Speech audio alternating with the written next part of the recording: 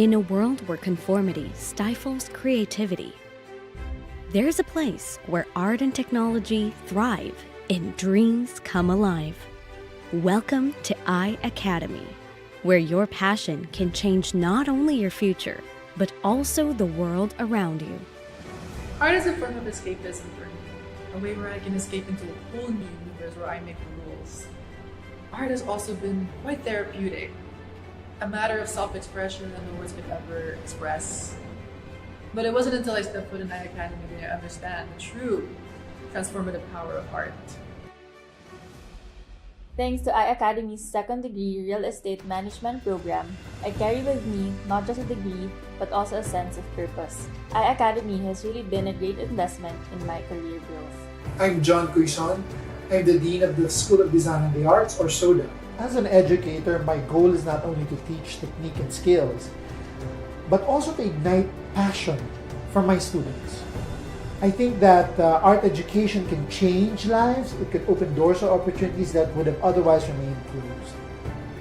At iACADEMY, we believe in an education that goes beyond textbooks and lectures. Our classrooms are filled with the sound of collaboration as our students come together to create game-changing innovations. Ever since I was a kid, I've always loved video games. I dreamed of becoming a game developer, and iACADEMY gave me the confidence to turn my hobby into a career. Our students are not just learning to create. Through training, mentorships, and exposure to industry professionals, they also learn to think critically, solve problems, and express their ideas authentically. Your journey in iACADEMY is not just about today, but molding the leader that you will become. While others may find comfort in conformity, at iACADEMY, we dare to be different. Transform your tomorrow at iACADEMY, where creativity meets limitless opportunities. Unlock your potential, explore your passion, and create a future that changes the world.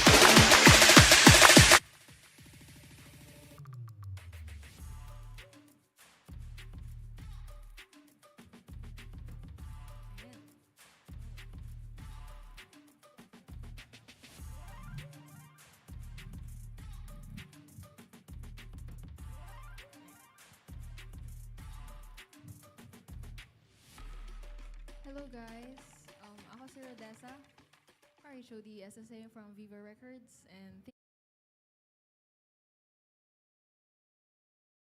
super happy na nandito ako. And sana magustuhan niyo yung pinrepare kong songs para sa inyo ngayon. So for my first song, kakanta ako ng original song ko. This is my latest release. So, if may time kayo, pwede nyo rin siya i-stream sa lahat ng streaming platforms. Search nyo lang Rodessa, RHODESSA. Ayan, so ang title nito is Minamahal Ko.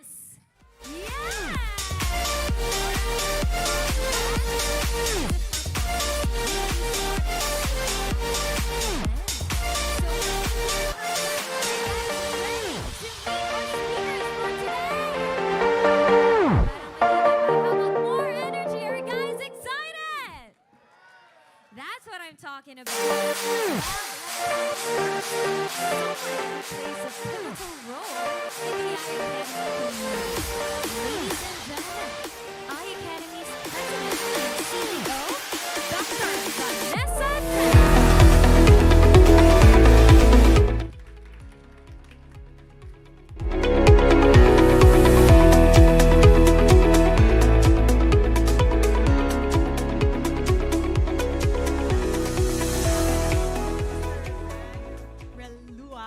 CEO of Republic Asia, and the rest of the Republic Asia team, our speakers, our distinguished speakers, and of course the iACADEMY community, good afternoon. It is with immense pleasure and excitement that I stand before you today as we embark on a journey of exploration and discovery here at Next Up.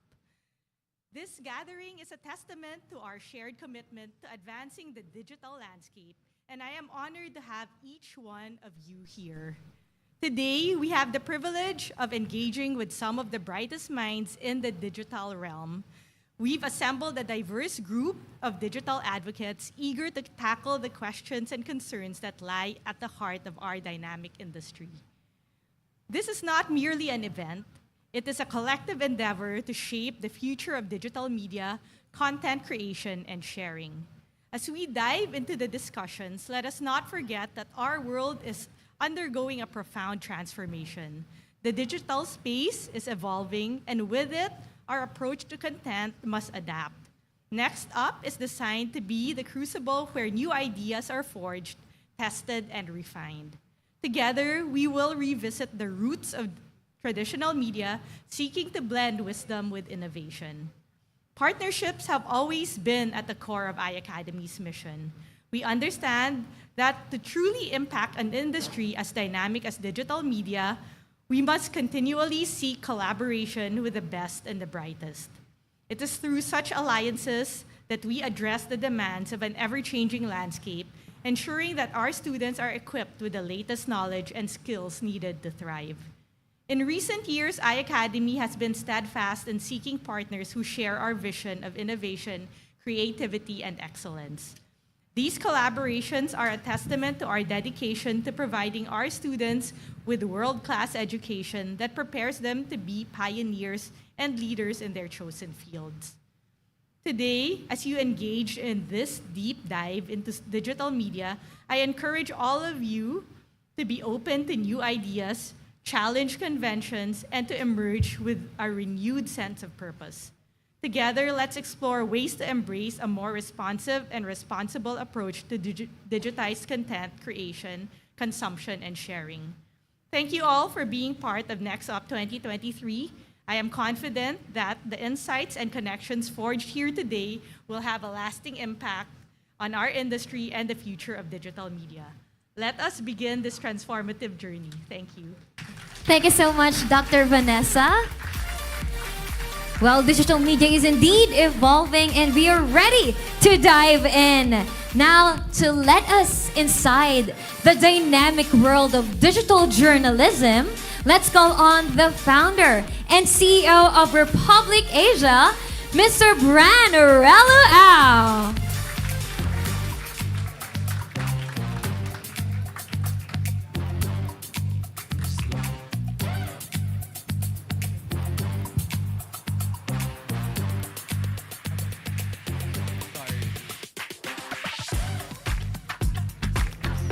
Good day, everyone. Good day, game changers. How are you guys?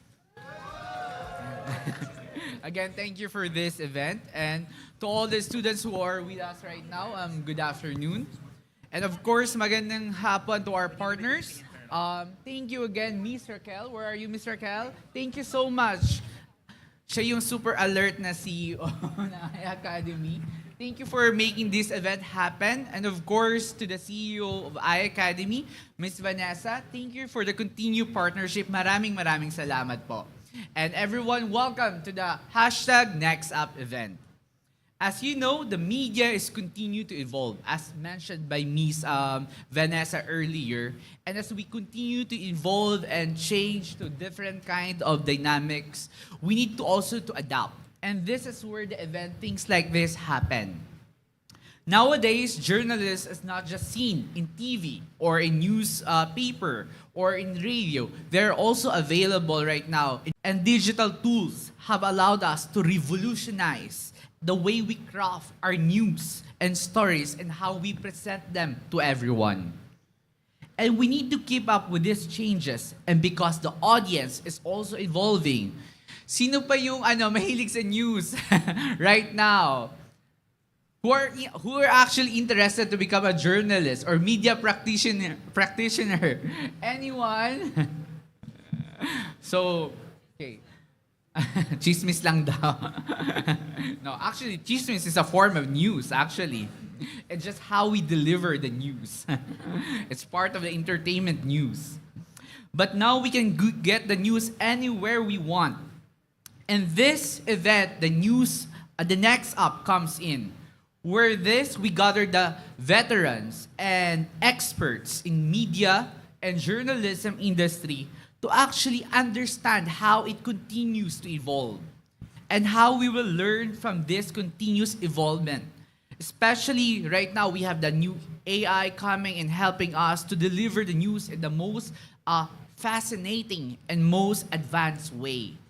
We must keep in mind as well, however, that in delivering the news, we need to continue to be impartial. We need to continue to be ethical. We need to continue sharing the news in a certain way that we cannot deliver the news in a certain way that is truthful, factual. So, as you know that we have the access to social media, but it does not give us the privilege as well to just, give information to everyone without verifying the information, understanding the information that you share. Because this information that you share to the platform, so different kind of platform, may be truthful for others, may be factual for others, but in reality, it may not be. So I hope that this veteran journalist right now and speakers that we have right now will have a very collaborative discussion so we could improve the next generation in sharing the information. Again, maraming pong salamat and welcome to #NextUp. Yes, we are very excited indeed. Thank you so much, Mr. Relu Au. Well, now that we're all settled in, let's explore the present state of digital media. What do we know about it right now? We'll hear from digital journalists that shape today's digital landscape. Let's all watch this.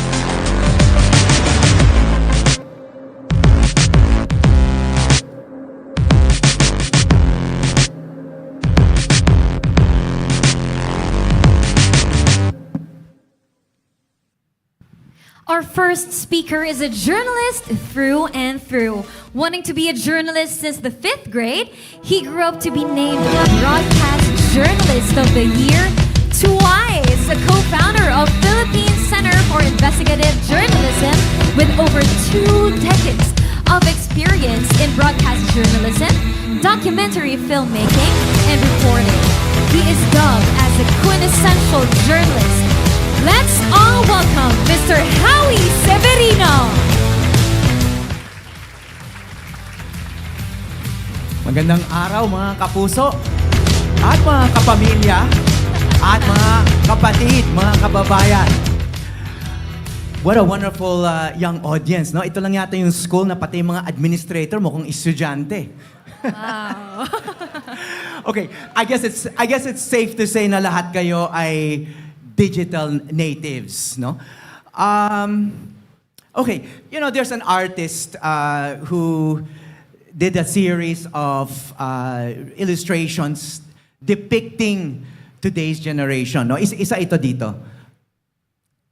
I don't know if you ever feel this way, no? Na you never let go of your phones. Ayan, kita mo, ang daming kumukuha, ang daming nakahawag sa phone. Parang nag-uugat na sa inyong mga kamay, no? So, our world now is full of digital natives, and one of these days, everyone's going to be a digital native, no?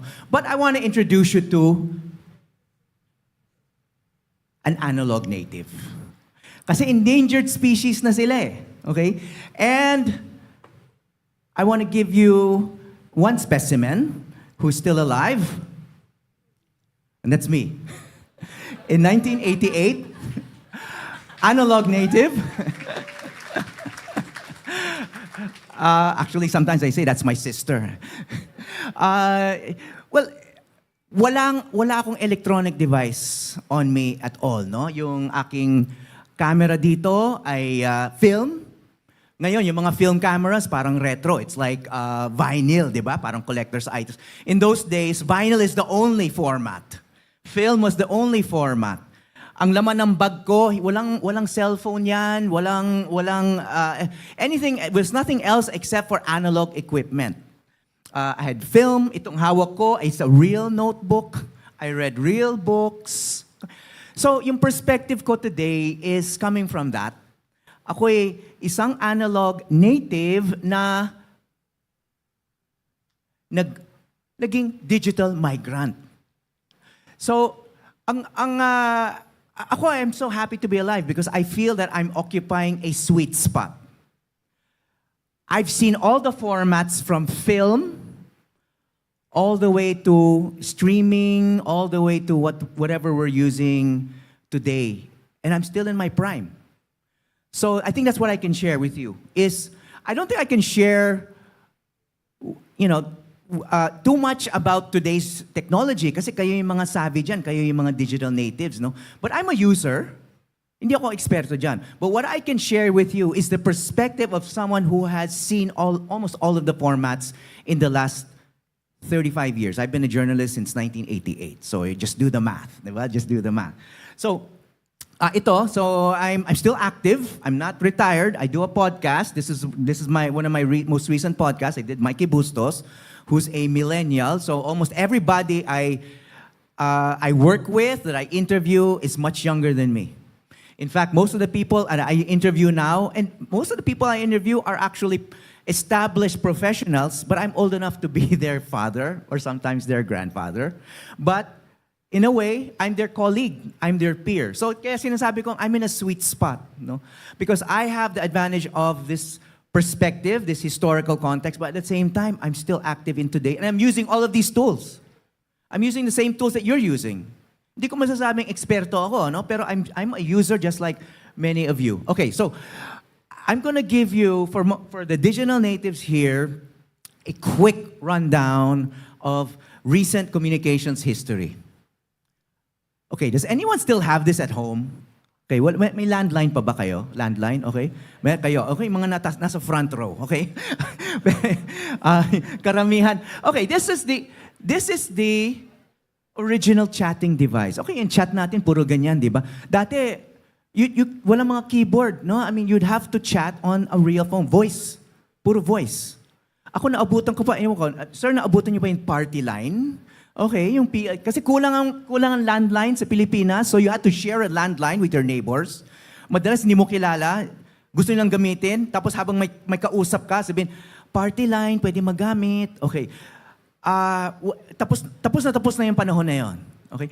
Now, I'm gonna show you something else. that came after the landline. The original texting device, okay, your landline to call in a message to a human operator who would take dictation and send it to the recipient. So may dinadaanan na middleman or middlewoman no operator bago matanggap yung message. Okay? Imagine the minefield that creates. Imagine yung pinagdadaanan ng mga messages mo. Anyway, what happened here? Okay. Should we restart? Okay. Anyway, I'm going to I did a shout out on my Facebook. Does anyone remember pager boo-boos? And then, ang dami kong natanggap na mga memories no? Is it possible to restart? Okay, you got that. All right. Okay. Sige, I won't be distracted by this. Anyway, real quickly lang. Yung yung gusto ko lang i-share sa inyo, somebody remembered dictating the message, what are our plans tonight? Ang umabot na message dun sa recipient, water our plants tonight. Okay. Kasi siguro inaantok yung operator. May isa pang example na gusto kong i-share, no? All right. I really enjoyed it last night. I really enjoyed last night. Wish you were here. Ang umabot na message doon sa recipient I really enjoyed it last night. Wish you were here. I really enjoyed it last night. Wish you were her. Okay, I wonder what happened to that relationship. Okay, pero ang point ko lang dito, guys, no, is all right. Another example. Okay, nung nagko-cover ako, I was already a news person. No? John Paul II in 1995. Nung dumating siya, of course, a worldwide celebrity. Lahat kumakaway, no? But nung sumunod na Pope na dumating, si Pope Francis, wala nang kumakaway. Kasi kung kakaway ka, maging shaky yung shot mo. So a very big difference. Dati, if you notice, walang may cellphone, 1995. In 2015, 20 years later, every single hand has a cell phone. Ganun tayo ngayon. So basically, ang point ko lang is, you now have power over your own communication. You are a super empowered individual and you probably take it for granted kasi nung namulat ka, ganyan na yung mundo eh. But ako, I can share the perspective of a time when just to send a message, may pinagdadaanan pa yung message ko na pwedeng imali ng human operator. Okay, I'm a documentarist. I've been a documentarist even during the analog days. Nag-umpisa ako, mga tapes pa lang ang gamit namin. I've been on the show since 2002, and I first started actually in 1999. We do elaborate production. Sometimes we have a longer time frame for most of what we do. I do documentaries, no? So we do long form for TV. Much of TV news is 2 minutes, 3 minutes. 3 minutes mahaba na. Most is 1 minute, 2 minutes. We do 30-minute stories, no? This is how we used to do aerials. So in the analog days, we used to have to ride choppers. Makikisakay kami sa Air Force. Kasi syempre sa production you want so many different kinds of angles. Gusto mo close-up, gusto mo wide, gusto mo may panning shot, may tilt, up, down, etc. But aerials are gold. If you can get a good aerial, talagang yun ang wide view, panoramic, top shots, galore. So you would really make the effort to find a way to do aerial shots. And we used to find out, kailan ba magte-training yung Air Force, sasabay tayo, or kailan may biyahe yung Air Force, pupunta rito, pupunta doon, kasi doon kami makakasakay ng libre. Yan, it's 1990s. So imagine the danger of always doing that. Diba? Kasi panggera yan eh. Diba? Tinan mo, katabi ko yung baril. Paano kung may kalaban sila sa baba, babarilin yung chopper, madadamay kami. No? We don't ride choppers anymore for aerials. Of course you know why. Because that's how we shoot aerials now. So naabutan ko rin yan. Okay? So I started shooting aerials by riding choppers. Now I just stay on the ground. And then when ako kagaling ko lang sa Mindanao, we had to do aerials. Naghanap kami ng nag-drone para sa mga kasal. Sila yung nag-drone para sa... And they're good. Yung mga nag-drone para sa mga kasal, pinapasok yung drone nila sa loob ng simbahan. So magagaling yung mga yan. So we don't need to ride choppers. We don't really need to risk our lives anymore. And I want to show you the effects of this. I did a story just very recently about island kids who go to school in school boats. These are donated boats. Otherwise, the island kids would not be able to go to school kasi masyado maalon, walang panggasolina yung mga ama nila na fisher folk, etc. So dati, kung wala kang access sa chopper and you couldn't do aerials, ganyan lang yung mga shot mo. Ganyan, pwede kang sumakay sa boat, di ba? Pero ngayon, the age of drones, you have all the technological advantages. So many new jobs are available because of technology. This is what we can do now. So in addition to that shot, okay, dito nasa kabilang bangka yung camera. In the next shot, nasa bangka mismo, nasa school boat mismo yung camera. But in addition to that, you can do this now. And this. And that.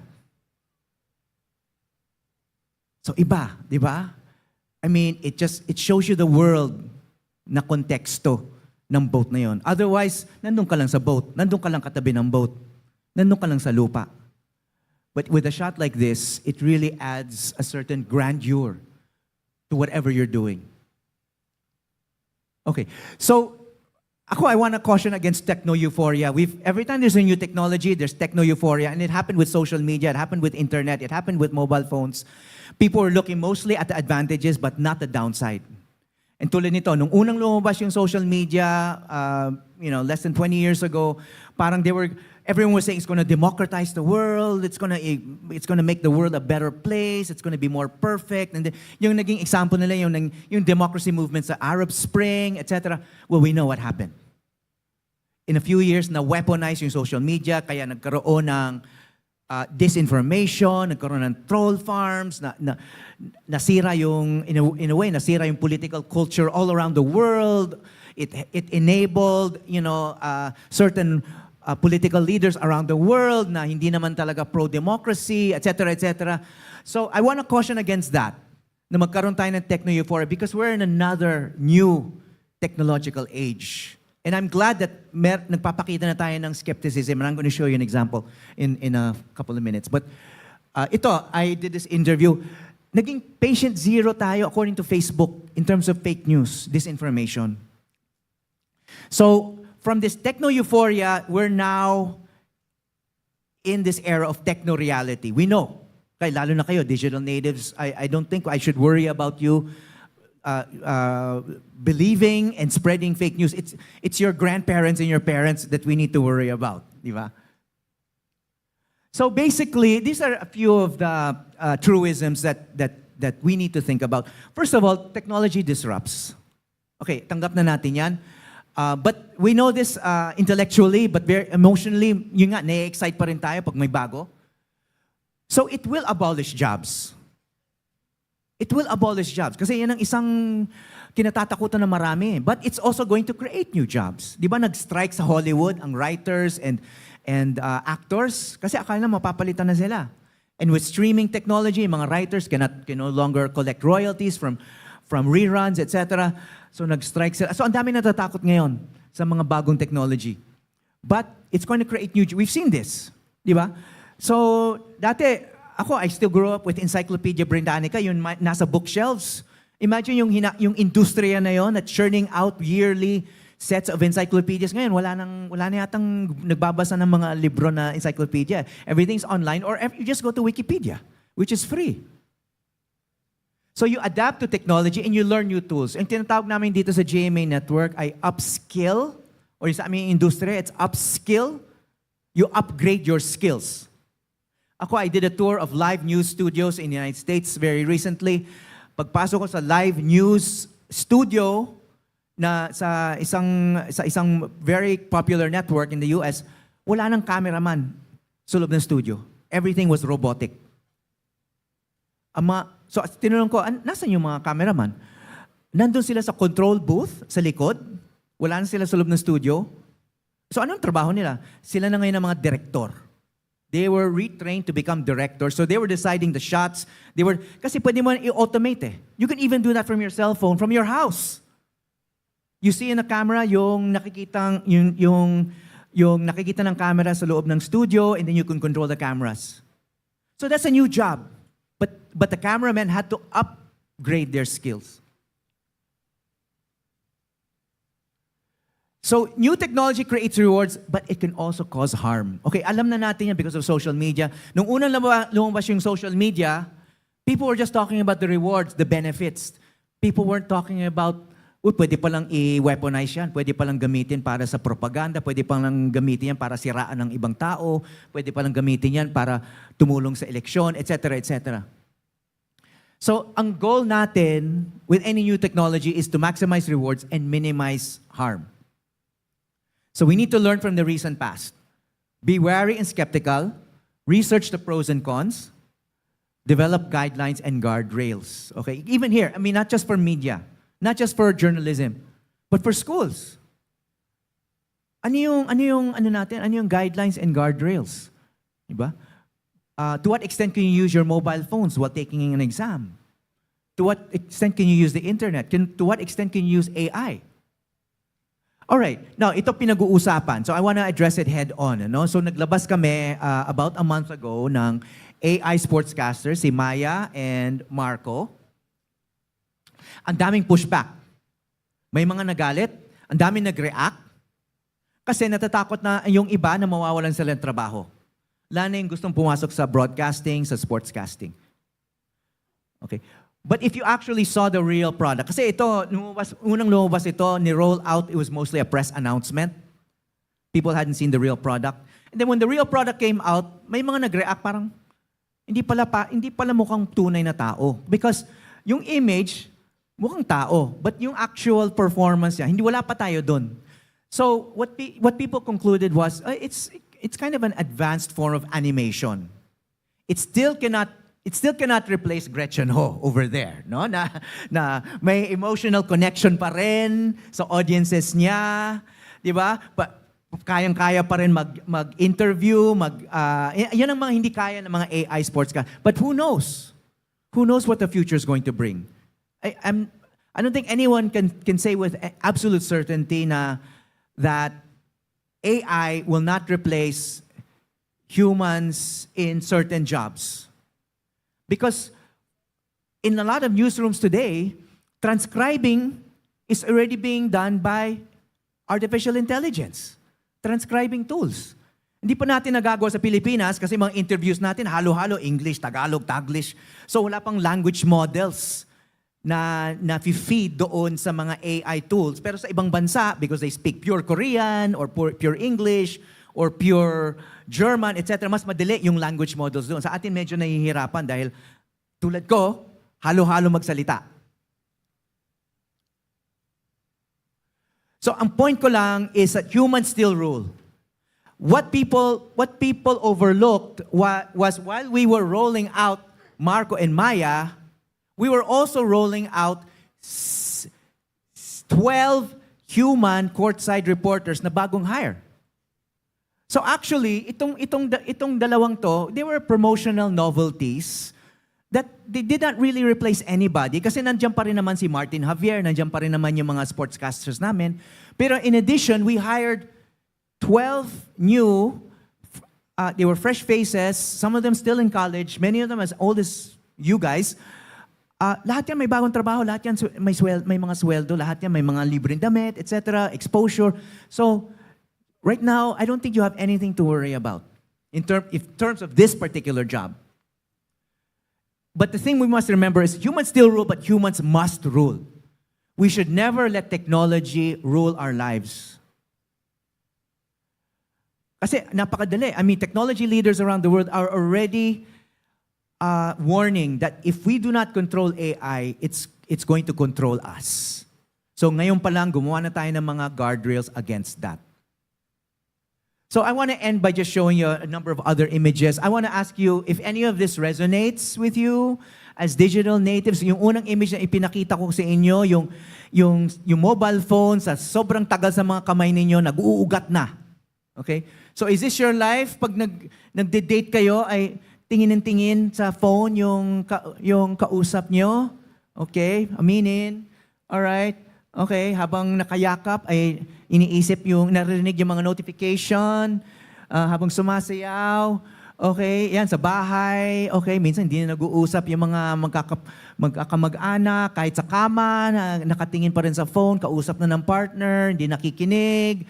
Okay, ito naman, alright, kahit yung pagbibigay ng abuloy ay kailangan kunan pa. Kailangan may selfie pa para malaman ng buong mundo na mabait ka. Di ba? Even on your last moment, di ba? Gusto mong magka-selfie, you want to record, how you're going to die. Maraming ganyan, di ba? I mean, nasa hospital na. I mean, kasi if there's no picture, it didn't happen. And ito, parang in the future, yung mga libro, it's going to look like a UFO. Di ba? Parang ano yan? Di ba? Diba? Sinusundot ng baka kagatin tayo. Okay? So, again, yung final message ko sa inyo is, let's not end up like that. The world is big. The screens are small. Don't let screens be the totality of your universe. Again, I started with an image of myself in 1988. I have images of myself in 2023. So don't let the screens be the totality of your universe. I've also realized that I'm now a digital migrant, so lagi kong rin hawak yung mobile phone. But I had to find ways to let go of my phone. Paano yon? You develop analog hobbies like gardening. Okay, during the pandemic, naging plantito rin ako. And when you're gardening, ang hirap gumamit ng phone kasi naka-gloves ka, marumi yung kamay mo. Read books, be healthy, and be fit. Maraming salamat po. Thank you so much, Sir Howie. Please stay na lang po on the stage because dito na lang po siguro by the podium. Thank you, sir. Yes, of course, we surely learned a lot from his presentation. Am I right, guys? Yes, and please don't be consumed by your gadgets, ha? It's still important, as Mr. Howie said, to be healthy, be fit, read books, and don't make your phone your little world. Okay? So at this point, we are opening the floor for question and answer portion, of course, with Mr. Howie Severino. Please use the microphone located in the center aisle, and we will be only entertaining 3 questions from the audience. So if anyone wants to ask questions, please do approach the microphone in the center. Thank you so much. Hi, please state your name first and then your question. Hi, sir. I'm Stephen Amora, and I've got a question for you, Sir Howie. With the digital media sphere evolving constantly, what are the most recent trends and potential hurdles that we, as engaged netizens, should be closely watching? Well, tulad na ipinakita ko, AI is really taking over the world, the technology sphere, I didn't even mention some of the worst case scenarios where AI might one of these days be activating weapons on their own, bombs, di ba? Yeah. Nuclear weapons, etc. A lot of that's being automated, no? So ngayon, the biggest fear is really job losses, di ba? Pero ang sinasabi ko nga sa inyo is, let's be ready for job losses, but let's also prepare for job gains. Kasi I can remember when there was no such thing as a social media producer, social media manager. There was yung analytics, parang malayo pa yun sa isip natin, no? Naabutan ko yun. So I was at that point when all of a sudden we had to create a GMA, no? Social media operations, social media teams, social media manager, social media. Ang daming bagong trabaho. We have as many social media producers, I think almost as the number of reporters. So, bagong trabaho yon. Pero meron din nawala. So, halimbawa, baka mawala yung human transcribers one of these days. Diba? Editors. Kasi one of these days, if i-feed mo lang lahat ng mga raw footage mo sa isang AI-driven machine, and then just encode some instructions, and then i-edit na lang niya mag-isa. Ngayon, ang dami naming editors na gumagawa niyan. It's a viable job. I used to be an editor, and I loved it. But I know that baka walang future yung ganong klaseng trabaho. So, I think you're in the right place, you know. I think this school is equipping you with the kind of tools that you need to be able to adapt to whatever is going to happen in the future of technology. Thank you, sir. You're welcome. Thank you so much. Any more questions from our audience? Okay, we have another one. Once again, please state your name and then your question. Hi, my name is Joaquin Alberto. Hi, Joaquin.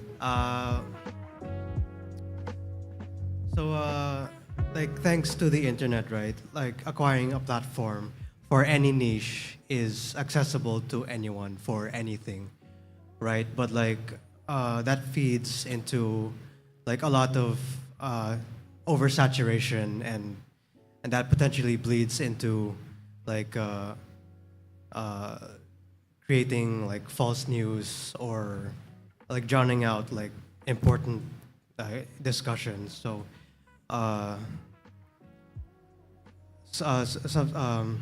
I'm asking, like, what are we supposed to do to stand out and be heard properly, to like genuinely put ourselves out there? Wow, thank you. Ang bigat ng tanong na yan, no? I mean, basically, that's the challenge for all of us, no? I mean, you mentioned falsehood, and then you mentioned standing out. Well, first of all, I think we all need to be truthful. So, nagkaroon kami ng campaign when we were starting to realize that social media was being weaponized, was being used for the wrong purposes. We had a campaign called Think Before You Click. Kasi there was so much sharing mindlessly. May makita kang konting nakakatawa, isi-share mo. May nakita kang medyo outrageous, isi-share mo. Share tayo ng share, like tayo ng like, without really thinking of its veracity, whether it's true or not, whether it's beneficial to anybody. But so we wanted people to step back and ask themselves, ano ba to? Makakatulong ba to? Whatever I do, whatever I engage in. That's number one. Number two, in terms of falsehood, you really have to know where the information is coming from. Naabutan ko pa yung time during martial law. I started working, I was first published in 1984, 1985 in Business Day News. When there was, ang problema noon ng martial law, there was too little information. Kasi wala masyadong press freedom, there are a lot of restrictions, konti lang yung outlets. So, kulang na kulang ang information. Ang problema natin ngayon is there's too much information. So there's some truth, there's truth out there, pero ang dami rin falsehood. Ang problema lang, a lot of the truthful information, a lot of the best news, kailangan mong bayaran. May paywall.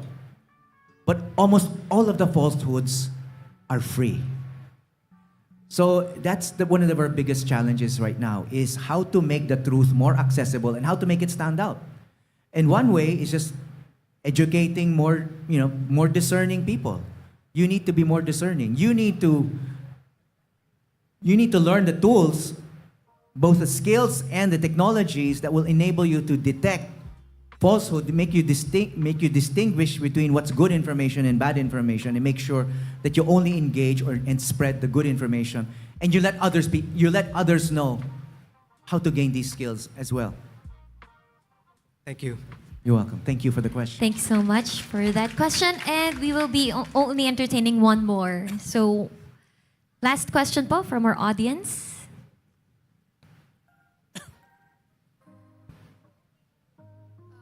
Hello po, my name is Hel po. Question ko lang po is, what steps can individuals and groups take to encourage thoughtful online discussions and promote the sharing of factual content since nalalaganap na po yung fake news po? Okay. I have a 21-year-old at home myself. No, I have a 21-year-old son. And he doesn't. To be honest, he doesn't post anything on Facebook. Kasi he knows how toxic it is, no. So he's savvy, like most of you digital natives, no. He's quite savvy. So I ask him, so where do you get most of your information? Because he doesn't. I don't think he goes to GMA either. Old media kami. So he tells me he goes to Reddit. Who does Reddit here? Anyone do? Okay, so there's a reaction. So I don't know. Again, I don't do Reddit myself. Pero that's what he told me. Sabi ko, well, but how do you guard yourself against fake news and falsehood? Sabi niya, Reddit has a system. It may mga thumbs down, thumbs up, so parang na-filter out yung falsehood. So, I mean, he was able to figure that out himself. I'm sure there are other platforms that have similar systems where you can have, kasi sa Reddit, there are mga subreddit, and so he gets, like, he's into basketball news, he's into climbing, he's got these, so sabi niya, lahat ng interest ko, may Reddit group. So if I want to know news, if I want to know about political, so he's quite savvy also about political news. He's a first-time voter, like many of you. So talagang sinundan niya yung campaigns ng mga iba't ibang kandidato. He made a discerning choice in the elections. So he's a response to me, And I'm not saying he's typical, but I think he's in college, like almost everyone here, no? So you're learning these tools, you're learning from each other, and you know from our recent history that social media and the internet can be toxic places. So you've already learned how to avoid much of the toxicity. Ang problema natin, yung mga hindi nakapag-aral katulad nyo.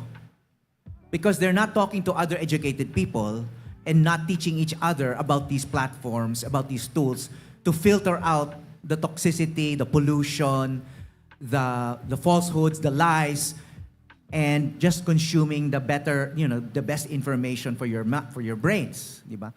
So, ang laki ng responsibilidad ninyo because you're learning that here in this school through this kind of forum, through conversations with your peers and your teachers. But you have to go out in the wider world and make sure those kinds of learnings spread.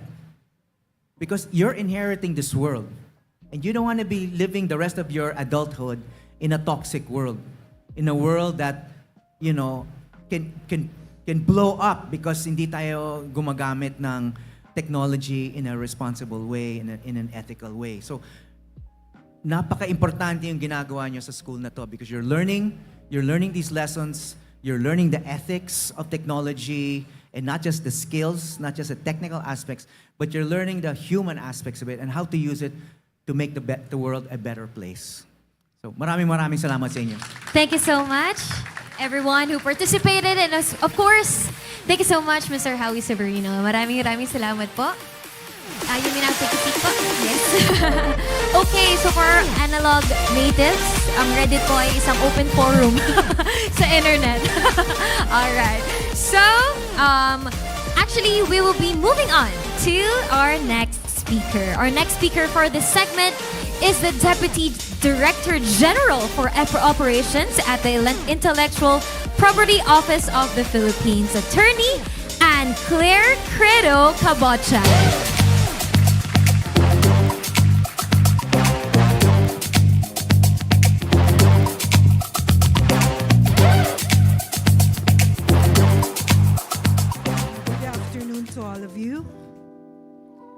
I'm Anne Claire Cabochan. I'm Deputy Director General from the Intellectual Property Office of the Philippines. I do not know if you know about IPOFIL, but I certainly would like to see hands if you do.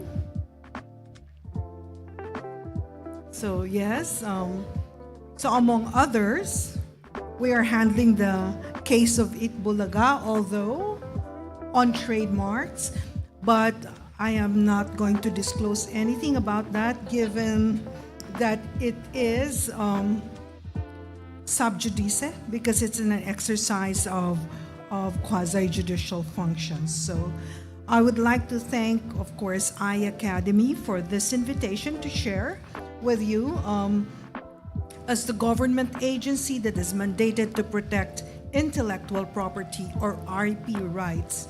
The Intellectual Property Office of the Philippines monitors innovations brought about by new digital technologies.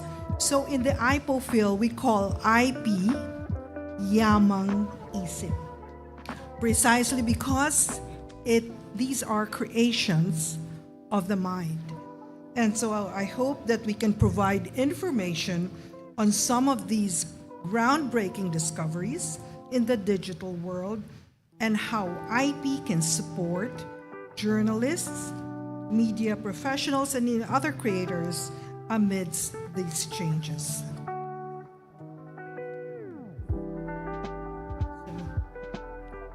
Next slide, please. We have seen the digital technologies that have been transforming the way we live, not only business models, but the way we live in the ongoing fourth industrial revolution. And even as we speak now of fourth IR, we know that the fifth IR is fast approaching.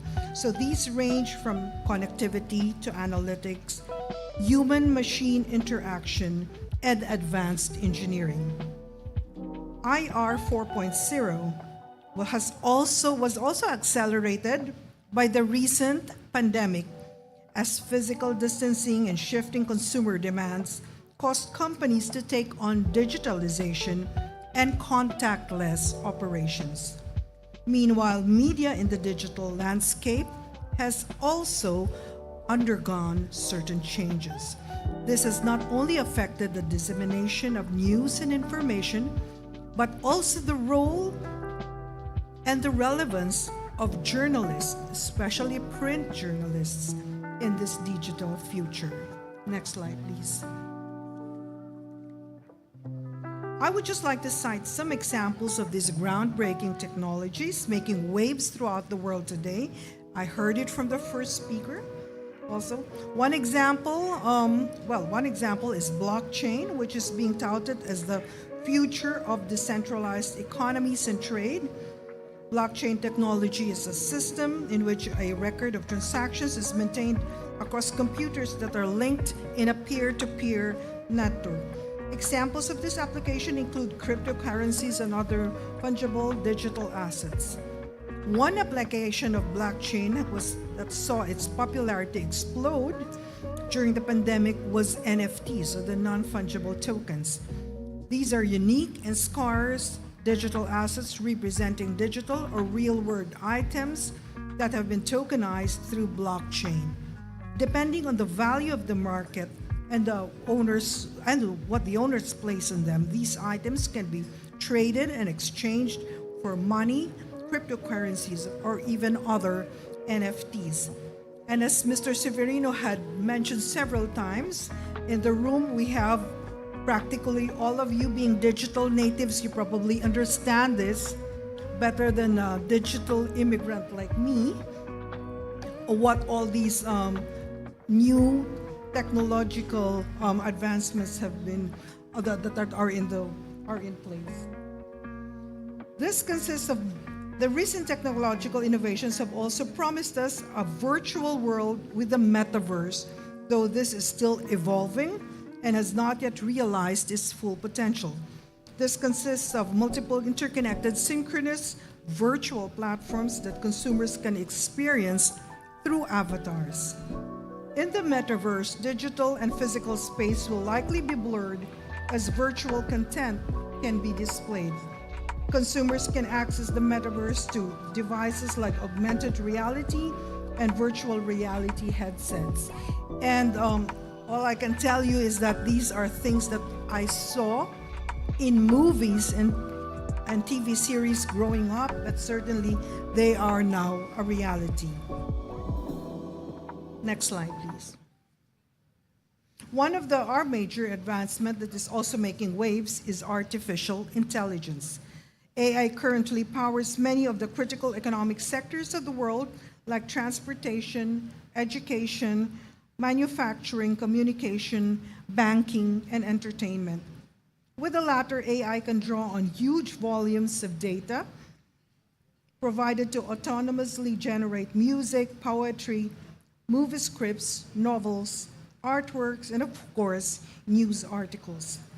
One of the examples of this type of AI or generative AI is the chatbox text generation AI like ChatGPT, which was developed by OpenAI, an AI research and deployment company. This AI is trained on large data sets gathered from various sources on the internet and can respond to questions and other support on different tasks. Given the potential and large-scale application of this technology in industries, similar AI have been developed to compete against ChatGPT, like Google's Bard and Microsoft's Bing AI. Another AI developed by OpenAI is DAL-E, which are next to text-to-image machine learning models that can generate digital images from natural language descriptions or prompts. Similar to the chat AI, these also produce artworks taken from the insights derived from large data sets sourced from the internet. The use of ChatGPT and other chatbox AI can be a boon for journalists and media professionals, as these can be a helpful tool when they produce news features and articles.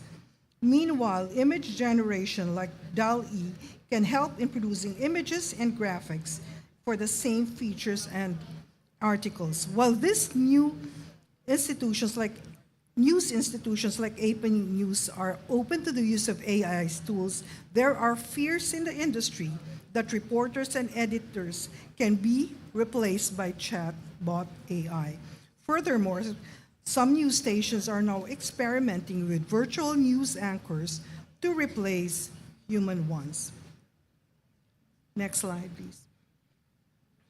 It is not surprising that Filipinos are also trying out new digital technologies available. AI-powered chatbots and other generative AI are already prevalent among our people, whether for creative use or for office or schoolwork. To address this, the University of the Philippines has already released a set of principles to promote positive and responsible use of AI. So perhaps other academic institutions can also take a look at this. What is more, local news station GMA7 has unveiled that they are considering the use of virtual news anchors for their sports news presentations. Next slide, please. Now with this, can we go to slide 6? Yes. With the new digital technologies pushing the boundaries of our world, it is not surprising that some aspects of these technologies would have legal and ethical considerations, especially vis-a-vis media. Some of these considerations are centered around intellectual property. While the AI algorithm and code are copyrightable, there are questions whether AI-generated works from artworks to books to music are eligible for copyright protection. So I'd like to mention that, for example, the United States Copyright Office had issued a ruling that no copyright protection can be afforded to AI-generated works since these are not the product of human authorship. So I hope you also have taken note of that. Now, we have not had a similar pronouncement made by the Intellectual Property Office of the Philippines.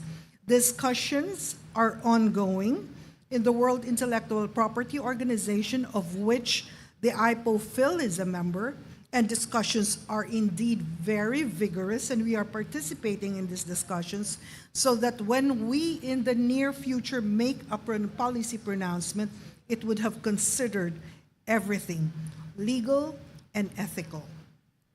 Another issue is determining the ownership and authorship of these AI-generated works.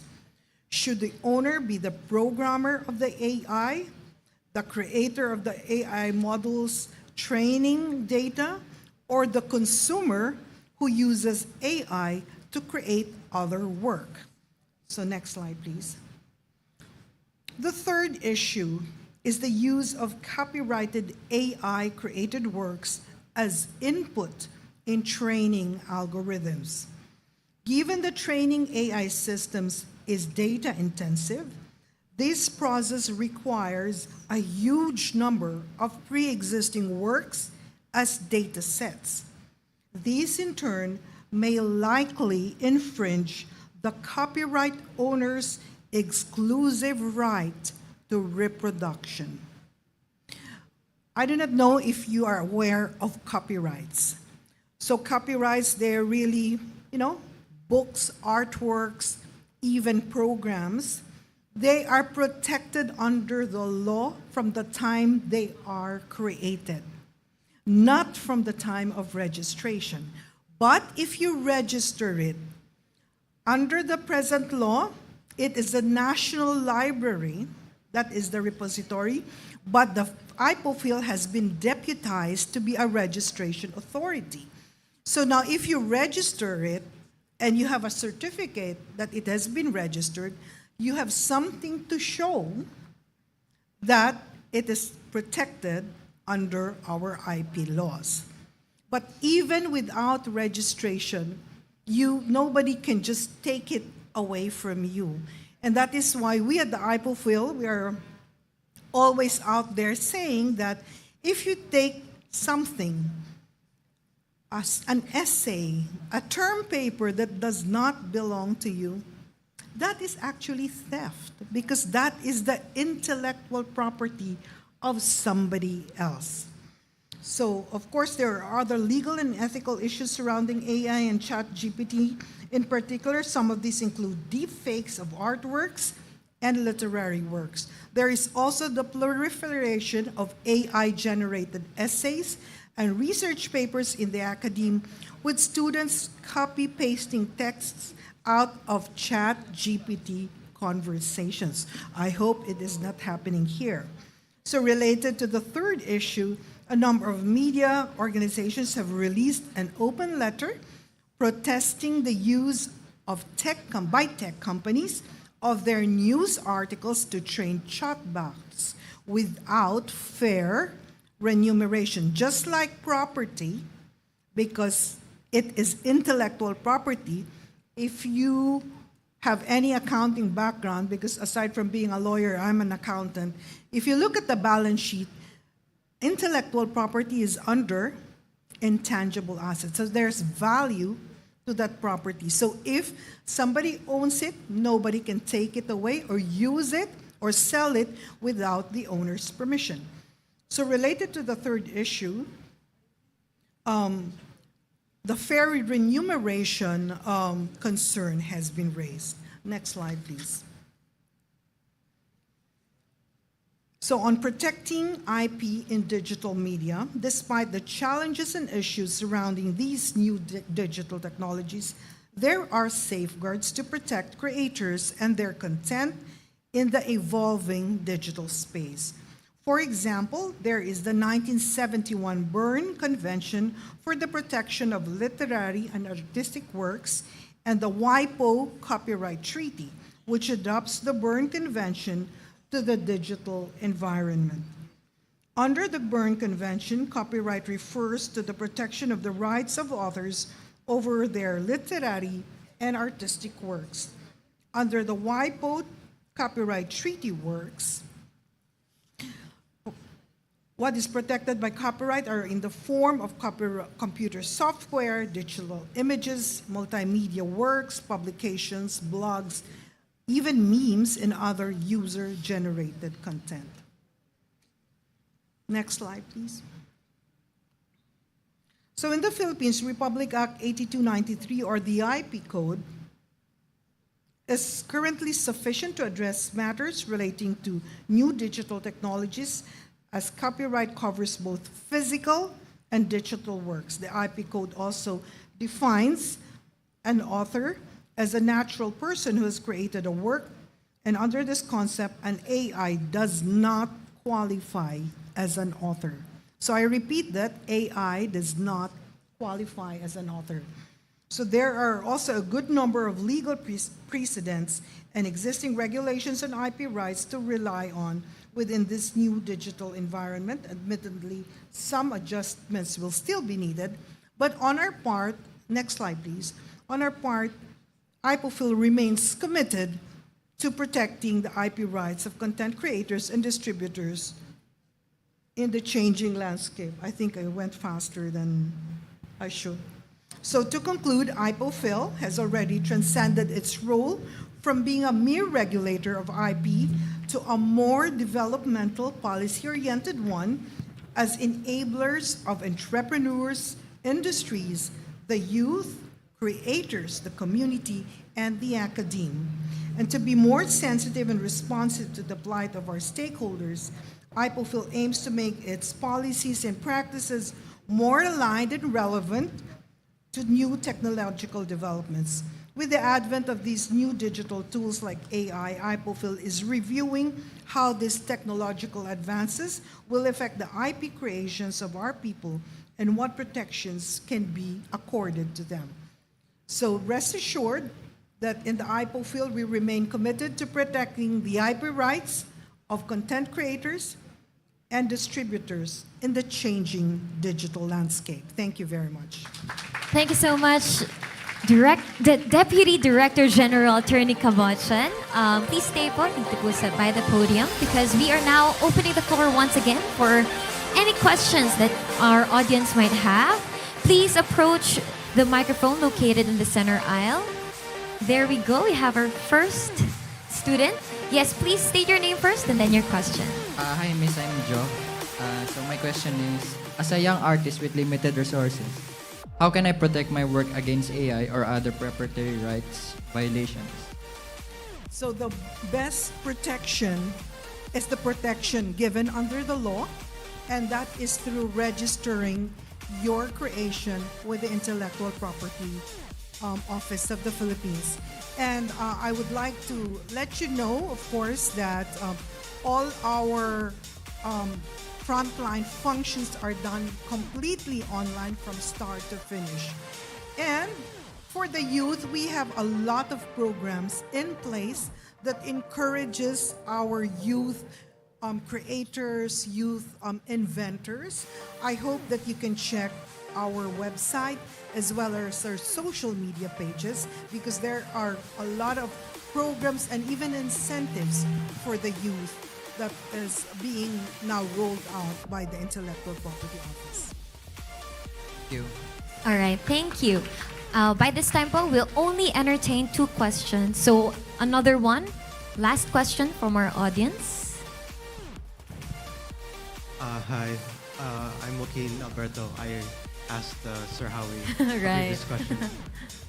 This is kind of a follow-up on how independent creators can compete with oversaturation and stuff. But like, because of AI, the creation or production of work, like from art to news broadcasting, is being automated to remove the need of practiced art skill or human presence to deliver live news, or removing certain aspects of working in general. And recently on YouTube, there is a creator who has started adding to the AI industry by completely automating his YouTube presence and YouTube and video production. He declares that his aim is to completely remove the human element of video production. So, how are independent creators or new startups supposed to compete with a new automating the industry? I think the first thing that you have to do is, as I said, register if you have work, and be aware of what your rights are. So, for instance, if somebody infringes on your creation using it without your permission, you can file something with the Intellectual Property Office of the Philippines or with the regular courts if you would like damages and imprisonment as part of the penalties. But I think that awareness is very important because that is property. Our IP rights are private in nature, which means that if the IP rights holder does not go against a violator, we can only do so much in the Intellectual Property Office of the Philippines unless the law is changed that makes us go after them motu proprio. So in that case, how to protect, because we cannot really control what other tech-savvy individuals are doing in making everything automated. But as I had said in my presentation, if there is information, data that comes from you that is used by somebody else, then you can file for infringement there. So that is why awareness of what your rights are under the law is important. And also spreading the word that at this time, no jurisdiction on the planet recognizes as copyrightable anything that is completely machine or AI generated. Okay. It's good. All right. Thank you. Thank you so much.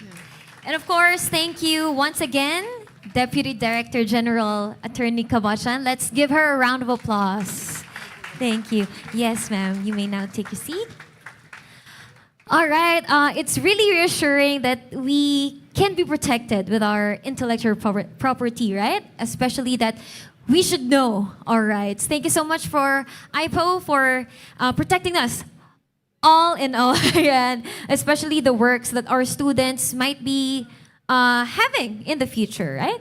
Now we are down to our third and last speaker. She is a popular host and news anchor, highly sought after endorser, star athlete, and a passionate advocate of positive change. Let's all welcome on stage Ms. Gretchen Hall. Hi, good afternoon. So good to be here. Medyo nagulat ako na may videos pa ako doon nung naglalaro ako pa. Sobrang nenit, sobrang bata ko pa doon. O pwede bang malaman kung sino sa audience ang nakapanood sa akin as a volleyball player? Uy, meron pa! Yan yung gauge ko kung matanda na ako, bata pa kayo.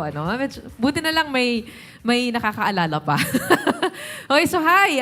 It's so good to be here with you. And I think we're talking about quite a very relevant topic nowadays. I think all of you are very, very fortunate to be in the school that equips you with skills and the knowledge that you need to thrive in today's world.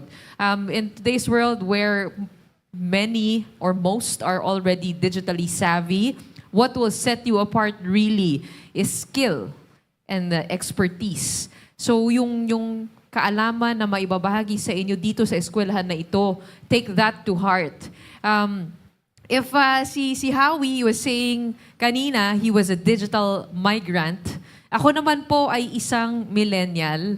So I was born in 1990, right smack in the middle of that generation that grew up without technology and that generation that grew up with technology. So naranasan ko po yung dalawang yon.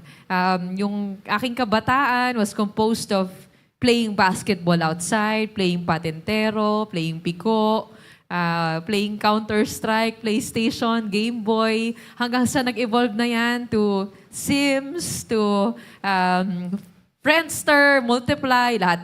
Napagdaanan po natin yan. Nakita ko rin yung magulang ko, ang unang-una nila, meron sila yung sat phone ba yun? Yung may antena, ganun. Tapos pager.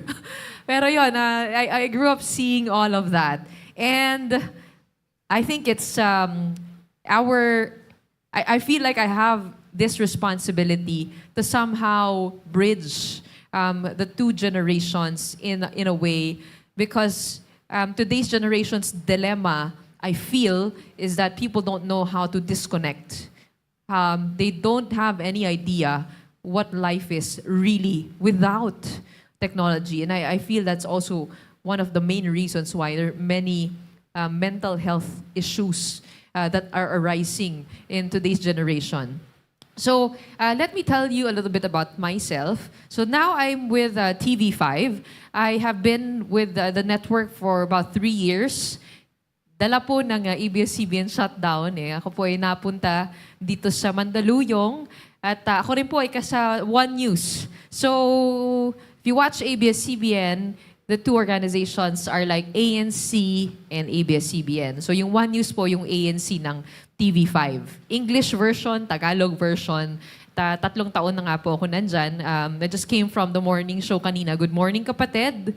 And I also do The Big Story. So before partner ko si Robbie Alampay, ngayon 3 babae na kami. So nag-shift na yung program. It's interesting because we are also evolving according to the digital times. I mean, what is relevant, di ba? How relevant is TV now in the new landscape? So nag-iiba rin po, may effect din po yan sa programs that we produce on television. But before that, I spent a good 8 years with ABS-CBN. I started in the media industry, having my first show with Balls Channel and ABS-CBN Sports in Action. It was a sports show. And then, eventually, I auditioned for a newscast for Sports in Action. Tapos pagkatapos po noon, ako'y nag-apply sa news department ng ABS-CBN hanggang sa pinasok ako sa ANC. Tapos, ang first programs ko noon was mornings at ANC. Tsaka, I was doing a sports and entertainment show. And then eventually, I was moved to Umagang Kay Ganda. Kasi dito yung producer ko, si Hens. Nasaan si Hens? Producer ko yan. Tapos, ako po ay nakapag TV Patrol. So I was a contributor there for once a week. I do stories once a week and naging star patroller din ako. Pero lahat po yan talaga ay nagsimula sa volleyball court. So, gaya po ng ating nabanggit. So pagka kinompute nyo po in total, 5 years playing volleyball, 8 years in ABS-CBN, that's about 13 years already in the limelight, plus 3 years. So, tagal-tagal na. So, pag iniisip ko, pakiramdam ko, bago lang ako sa telebisyon, pero kung tinitignan ko, para din akong lumaki sa ilalim ng spotlight. Yun nga lang, sa ibang paraan.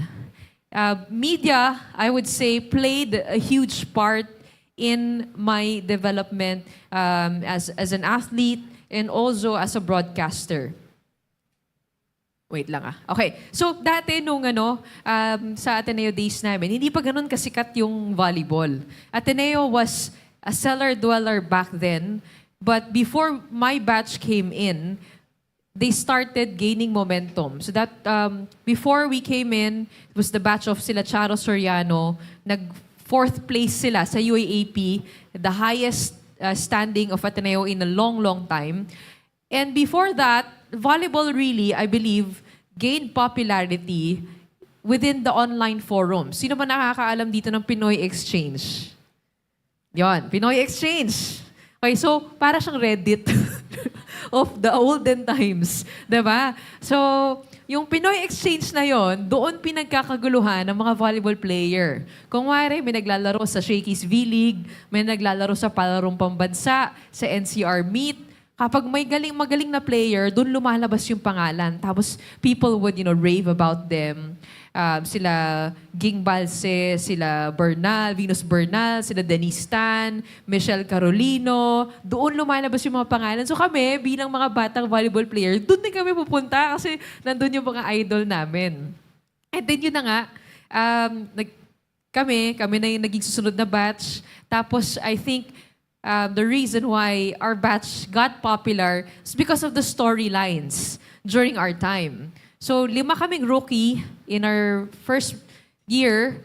We were already able to challenge the top 4 teams. We ended 5th place na rookie year, pero 5 sets namin lahat ng mga magagaling. Tapos, second year namin, nag-3rd place kami, agad-agad. And then, nag-4th kami. Tapos, final 2 years namin, nakapasok na kami ng finals ng UAAP, back-to-back, for the first time in 34 years. So, I believe it was that narrative really that allowed volleyball to boom. It was already popular online with the mass audiences, but the Ateneo LaSalle rivalry brought it to a different level. It brought the AB crowd in, brought the marketers in, brought the, yung mga investors, kaya lalo pang lumaki. Pero pakiramdam ko talaga, kung susumahin mo yung kwento ng Ateneo at LaSalle, David and Goliath story talaga yon.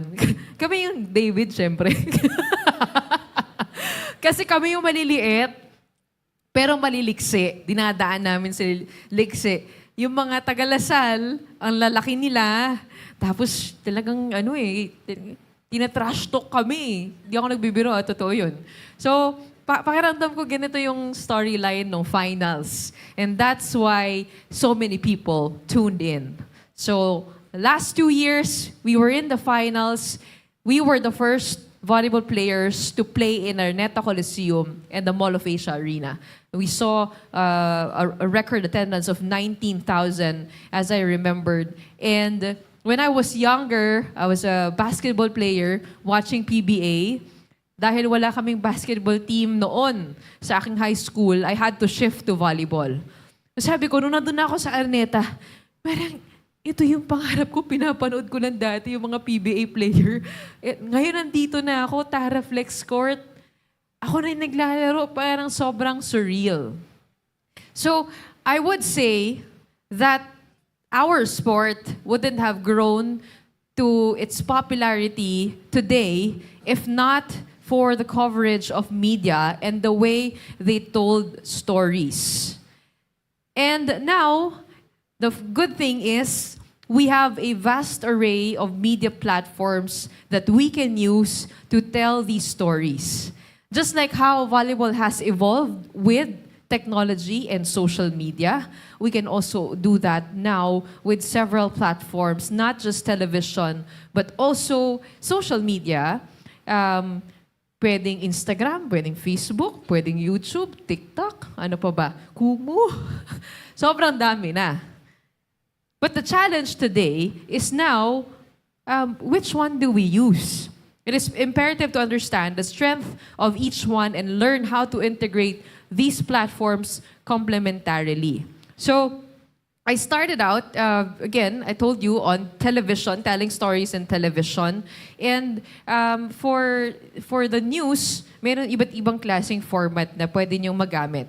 Okay, so una, ito yung pag napapanood po ninyo, yung balita, meron tayong mga news report, ibining yung pang-araw-araw na balita na nakita natin, reporting who, what, when, where. Meron din po yung mga interview formats where we see headliners or stakeholders, newsmakers, make their statements, talk about a certain issue from different angles. And we also have a news feature o mas long form, pwedeng maladokyu na maikli lang, 2 to 5 minutes on the newscast. So, okay, this was my first, sorry wala may audio ba tayo? Wala. Okay, kakwento ko na lang. This was my first ever story for TV Patrol. Nangyari po yan dahil I was hosting a documentary for ABS-CBN Sports in Action where a fellow volleyball player of mine found her mom through our documentary, Long Lost Mom. This is Gretchen Soltones from San Sebastian. And ang ginagawa niya noon was tinatarget talaga niya mag-best player of the game para makapanawagan siya sa kanyang nanay. So pinapanalo talaga niya, ginagalingan niya so she can call out. And through our documentary, through the people in ABS-CBN, you were able to locate her mom in East Rembo, Makati. Dito lang din. Tapos, sabi ko, I had a good story. Lumapit ako sa producer ko sa TV Patrol. Sabi ko, pwede bang i-promote natin to sa TV Patrol para manood yung mga tao? Kasi ang ganda-ganda ng kwento. Tapos sabi niya sa akin, sino magsusulat? Ikaw? Sabi ko, sige na nga, subukan ko na nga. Tapos, ito yung una kong sinulat na storya. At naalala ko pa, sobrang haba ng interview ko dyan, siguro mga 1 hour. Tapos tinatranscribe ko, sobrang tagal ko rin. Pero yung report na to, parang 3 minutes lang. So, ganun ako nagsimula. And then, when I wrote this story, I mean, kinakapa ko lang siya. Nung pinanood nung aking mga producer, naiyak sila dun sa storya. Sabi ko, uy, parang may future ko dito. Sige, tapos, yun, that's how I got a spot on TV Patrol to do a story once a week. And I would make that my personal advocacy, a chance to give exposure to those who need it. Because I felt like, as an athlete, that was what I needed to gain support. 'Di ba? Ngayon, pagka nakilala mo yung isang atleta at pag nagbibigyan ng pansin at pag nagbibigyan ng popularity, doon din sumusunod yung funding, yung sponsors, yung pagkakataon. Kaya sabi ko, sayang yung pagkakataon. Gusto ko rin matulungan yung ibang atleta, particularly those who seldom would make it to national news. Because ang napapanood natin madalas, yung mga big tournaments, UAAP, PBA, international tournaments, or Olympians. But those who, yung mga sports na hindi masyado nabibigyan ng pansin, would rarely make it to the news. So yun yung naging advocacy ko, being a contributor on TV Patrol. So, but then, ABS-CBN News talked to me and they told me, Gretchen, parang we see you being built up as a digital news icon because you're from, the millennial generation. And when they told me that, sabi ko, who knows? Because this was, I think, back in 2016, 2017, nangangapa pa lahat, trying to figure out the digital landscape. Pakiramdam ko, wala naman talagang nakakaalam pa kung anong gagana online. So, I started to do my own work by experimenting online. And I used my platform on Umagang Kay Ganda to do that. Meaning, every time they would send me to go out because I was a field host for Umagang Kay Ganda, meaning kami pinapadala sa piyesta, kami pinapadala sa mga amusement park, kami pinapadala para mag-feature ng mga negosyo sa labas, araw-araw yon. Sabi ko, dapat may output ako sa digital. Ibig sabihin, nakikita kami sa TV sa umaga, pero sigurado rin ako na maraming hindi nakakapanood sa amin at mapapanood din kami online. Kumbaga, iba yung audience namin sa online. So what I would do is that I would create these videos. Nako, ayaw mag-load. These videos that would talk about the feature for the day. And this particular video, I think, ang feature namin dito yung paggawaan ng chicharon. Kaya, gumawa ako ng parang TikTok-style video. Wala pang TikTok nung panahon na yon. Pero yun napansin ko sa Facebook ko, yun yung nagva-viral, umaabot ng 1 million views. Yung vertical, tapos mabibilis lang, tapos meron mga caption talking about the story and narrating it. Kahit without sound, masusundan mo yung kwento. So dati, ito yung mga ginagawa ko, pinaglalaroan ko lang. I just had my phone, I would shoot, I would edit, and then, kasi minsan, ang layo na pinupuntahan namin, kunwari Quezon, or kunwari sa Bulacan, o sa Pampanga, I had several hours in the service car, just, not doing anything, kaya I decided to use that time to edit videos on my phone. Sayang di mag-play. Ayan, okay. So, again, that was how I started doing digital content. But now, let me tell you a little bit more about how to use each platform according to its strength and according to the audiences. So in digital platforms, dapat una-una, you know who your audiences are. So kung Facebook yan, iba yan. Kung Instagram yan, iba yan. Kung TikTok yan, iba yan. Kinakausap mo. Pangalawa, you should know how to best tell the story. Pwede siyang long form, pwedeng maikli lang, pwedeng vertical video, pwedeng horizontal video, pwede siyang photo, pwede siyang text lang. You should know how to best tell your story according to what it is. And the third, adjust your language according to your audiences. Communicate to your audiences in a way that makes sense. You may be, for example, on Facebook, but if you use highfalutin language, paano ko maintindihan? Di ba? Mukha ka nga matalino, pero hindi ka naman naiintindihan. Pang-apat, never compromise the truth. Avoid clickbait that is prone to being misunderstood.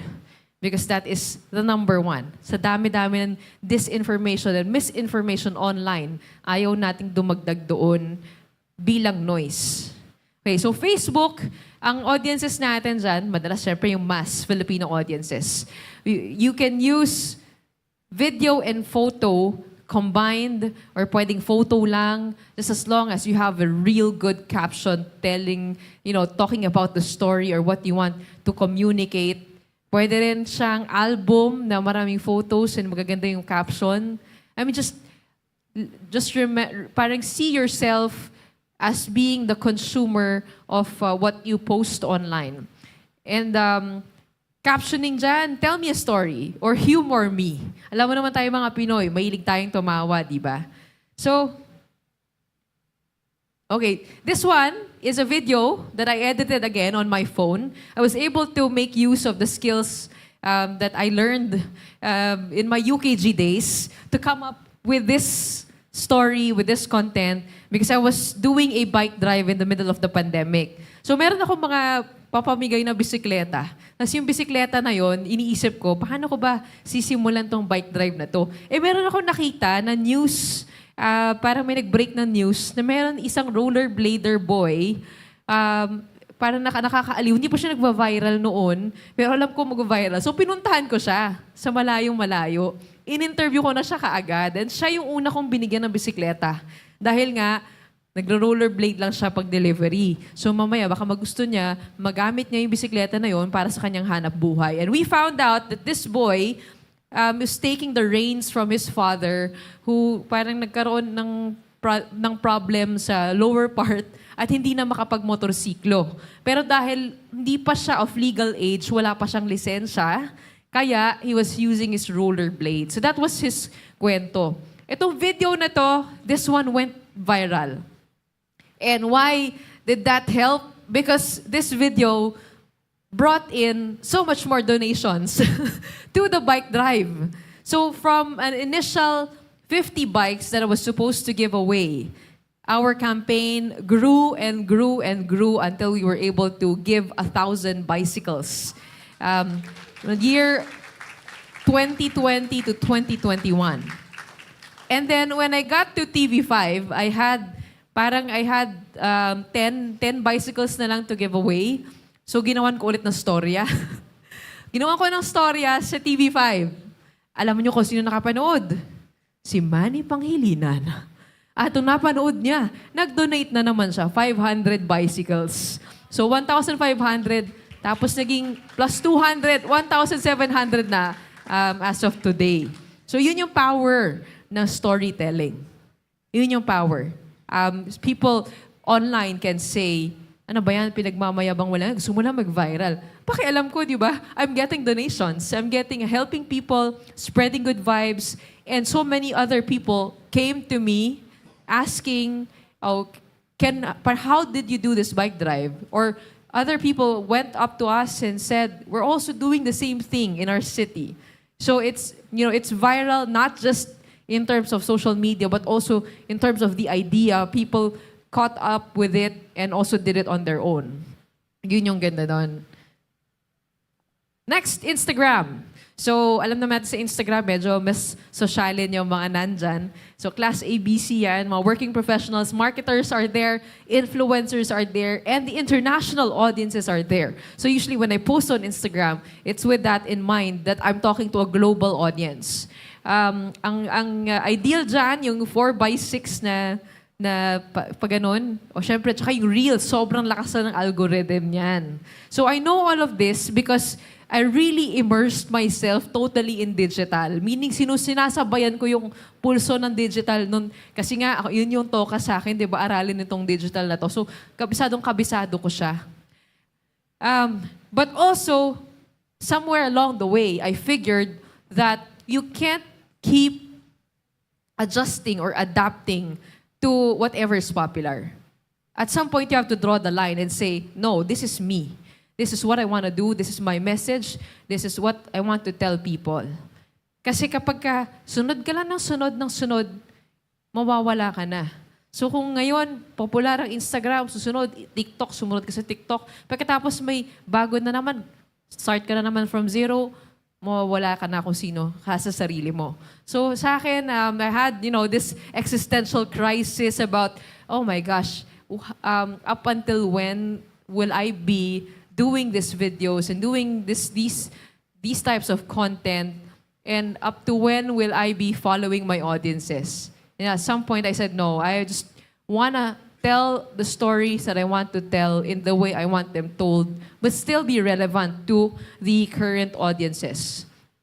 So ito naman, nagamit ko to sa coverage.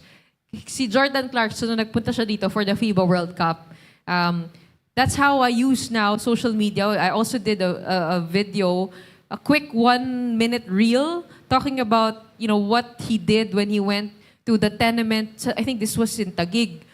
Parang nakihalubilo sa mga bata, sa community, and lahat ng elements nandyan. So, ganon ko siya ginagawa. But also, I do this to, parang coupled with a TV report. Ganon ko siya ginagawa. Sinasabay-sabay ko siya. Meron akong digital, meron akong television.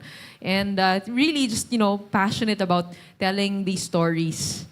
And if you're really good at what you do, you get a chance to gain access to events like these. So, pinadala ako sa Formula 1. Ang ginagawa ko, pag pinapadala ako, because we know that social media is so powerful, and that gives me access to these events, I would use that access to do live stand-uppers for our morning show. And I did that for the NBA All-Star. Ito, ginawa ko to for Frontline Pilipinas. And yun yung maganda no? Parang yung integration ng TV tsaka ng digital. Twitter naman, alam natin dyan, medyo toxic talaga lalo na ngayon dahil nga doon sa gera, di ba? Ang daming kumakalat, di mo na alam kung totoo o hindi. But ang audiences dyan, if you want to reach the thinking crowd, the fan bases, and the media, we're always there because that's where we break the news. Ang mindset namin na mga newscasters is digital first. Break on digital first, then the rest will follow. Syempre, again, wise use of words, videos, photos, and how to thread tweets. Tell me a story in 140 characters or give me a new angle. So, Twitter was what I used to cover the SEA Games. Pinadala ako dito to cover indoor and beach volleyball. But then, back then, it was only indoor volleyball that had TV coverage. Walang nagko-cover ng beach kasi nga, yun yung mas hindi popular.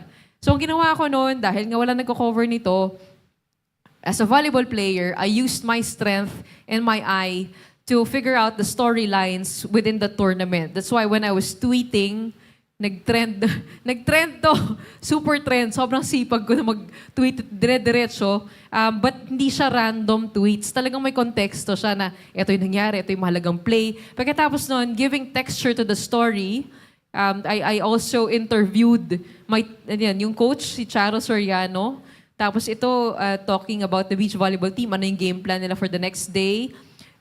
This one, ito ibang team yan na pinapanood yung beach volleyball. Yun, si Cici Rondina at saka si Bernadette Pons talking about their game after.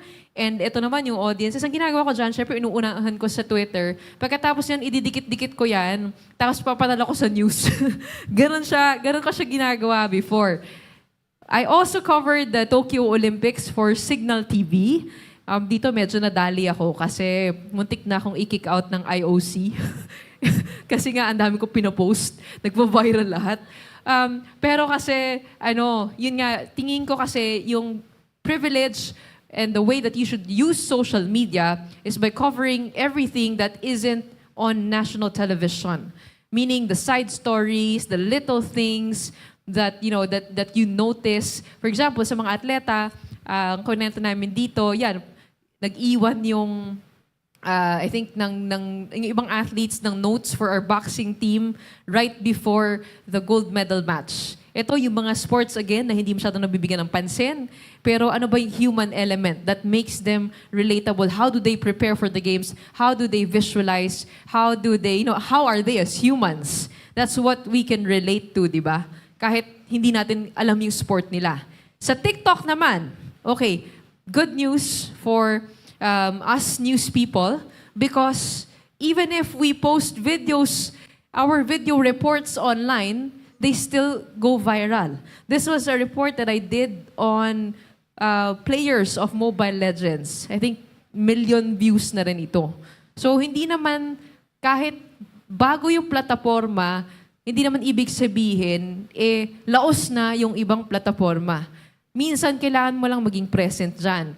And I think the lesson of the past elections was for us media organizations to finally adapt to platforms like TikTok, to be there, to be present there. Because if we're not present there, how do we defend the truth? Diba?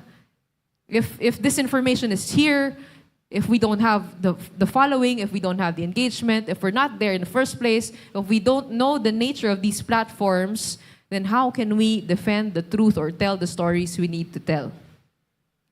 This was, again, another coverage that I did. So, gumagawa ko ng mga videos, which pakiramdam ko naman kayang-kaya niyong lahat gawin yan. So, simpleng-simple lang yan. YouTube naman. Okay, so YouTube naman. Ang dilemma ko dito sa YouTube was, I didn't want to do a vlog. So, I didn't want the spotlight on my private life and my personal life. I did that for some time, and then nasuya ako kasi parang, nasuya ako sa sarili ko. So sabi ko, ayoko mag-vlog. I don't want to put myself through that. And also, it wasn't something that I feel I could sustain. Na every week, every month, people would say, dapat consistent ka, dapat mag-post ka na mag-post. So ayoko siyang gawin, talagang niresist ko talaga siya. Until, I thought about producing my own show called Woman in Action, and that's where I am right now. So how did this come to be? It was actually because of the bike drive. That was my first project under Woman in Action. And then sabi ko, na-realize ko, while creating content for Woman in Action and public service, that public service does not sell. When I say that public service does not sell, people will watch, for example, a video of a bike drive. When they know of the idea, they don't watch about it again. Because they know of the idea already. Sino ba nanonood ng public service? Madalas na nanonood yung mga nagbe-benefit. Kung sino yung audience na nagre-relate siya to. And I learned that because I kept posting my bike video sa una, ang lakas. Sa sunod, wala na. Sabi ko, paano ba ako gagawa ng content ng public service na magiging interesado yung mga tao? Sabi ko, travel na lang. So travel, tas gusto ko mag-public service, tas gusto ko rin matutong gumawa ng documentary. So, pinagsama ko yun lahat yung tatlong elements na yun until I came up with Woman in Action. And thankfully, I have a partner in Signal TV who funded the show. I'm the line producer and sometimes executive producer and sometimes writer. So, iba-iba. But just, I have that little playground where I can tap people that I know from ABS-CBN to work with because ang dami pa rin po namin mga kababayan, marami kami mga kapamilya na nawalan ng trabaho. So yun din yung paraan ko para matulungan yung mga kasama ko na kumuha ako ng mga cameraman, kumuha ako ng editor, kumuha ako ng producer to help me with the show. And then it evolved into this. So, ang insight ko sa Women in Action, ito, nakagawa na ako ng long form at ng experimentation ko into the documentary format. This is a long segment on Heidelin Diaz's training camp in Halahala. So, pinuntahan namin siya.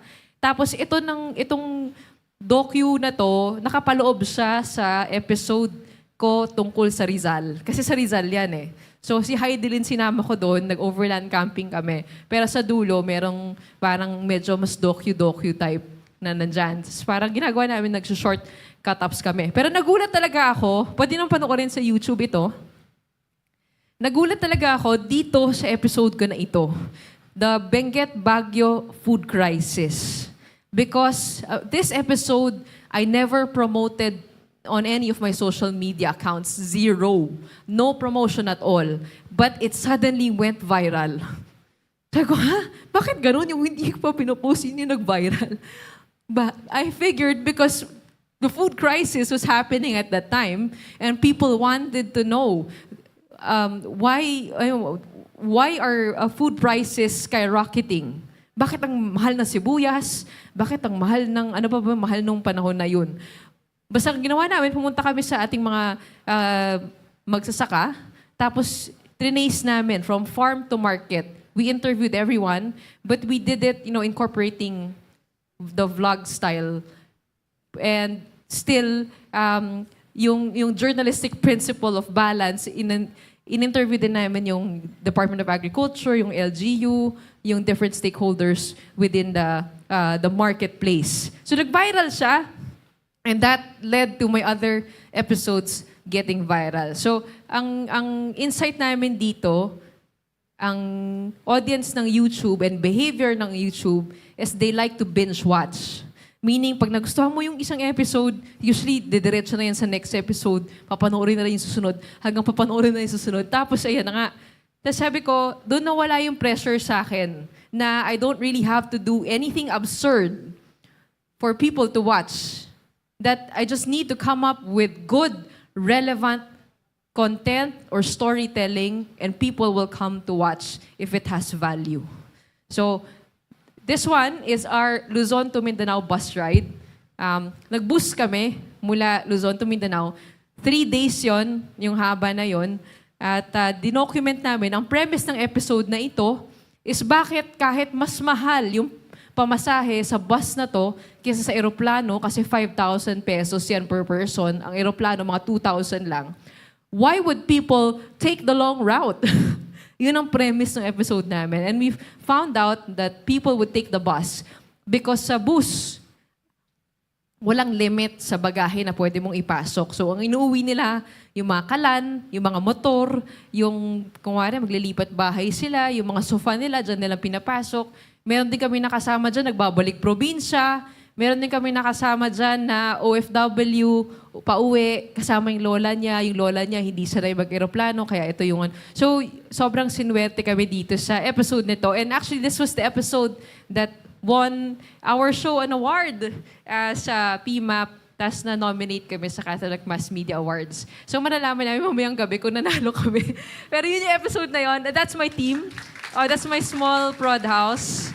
My master editor, my EP, and then my editing supervisor. And then recently, we went to Basilan. Kasama ko si Bok Ed Lingaw. So, ang ginawa namin dito, bumalik kami sa Basilan at sinama ko si Bok kasi pag ako lang, syempre, hindi ko naman nakita yung Basilan noon, wala akong masasabi, hindi ko mako-compare. Pero I decided to do this episode because ang daming lumalabas na vlogs online saying, safe na sa Holo, safe na sa Mindanao, magpunta kayo. Sabi ko, gusto ko to go there with, an objective, fair eye and try to see the situation kung safe na nga ba talaga. Kaya sinama ko si Ed Lingaw, and what we did here was to intertwine our voices na meron akong present take on Basilan as a first-timer and siya naman nagbabalik bilang reporter. So, ito yung yung episode na ginawa namin. Nag-2 parts kami, tapos ito nga yung small prod house ko. So pwede nyong panoorin yan sa YouTube. Kung gusto niyo, nandyan lang yan. So yun yung yung small gains ko as somebody who was experimented with the online landscape, blending that with television. And I think yung aming yung prod house namin, sabi ko nga parang ito yung version namin ng collab. Pero Jorno style. Di ba? Parang ako taking them on an adventure. And there are so many, ideas to play with nowadays. You don't have to stick with, ito yung how it's done before. That's the beauty of social media and the landscape nowadays. But that doesn't remove the relevance of other platforms like the newspaper and print. So ito yung article ko tungkol kay Hydrin Diaz sa gold medal niya. Tapos I also had that online. So why did I decide to do that? Because in print and in online, you will always have the story archived. So iba pa rin yun. Iba pa rin yun nandyan siya. But as you can see, it complements each other. So I wouldn't say it's a threat. But now, the more that you can get creative, I think the challenge is how you hold on to the truth. You can get as creative as you want to be. There's so many ways to do things now. But the challenge is, how do you stay true? How do you stay true to the, for example, journalistic process? I was speaking with my co-anchor.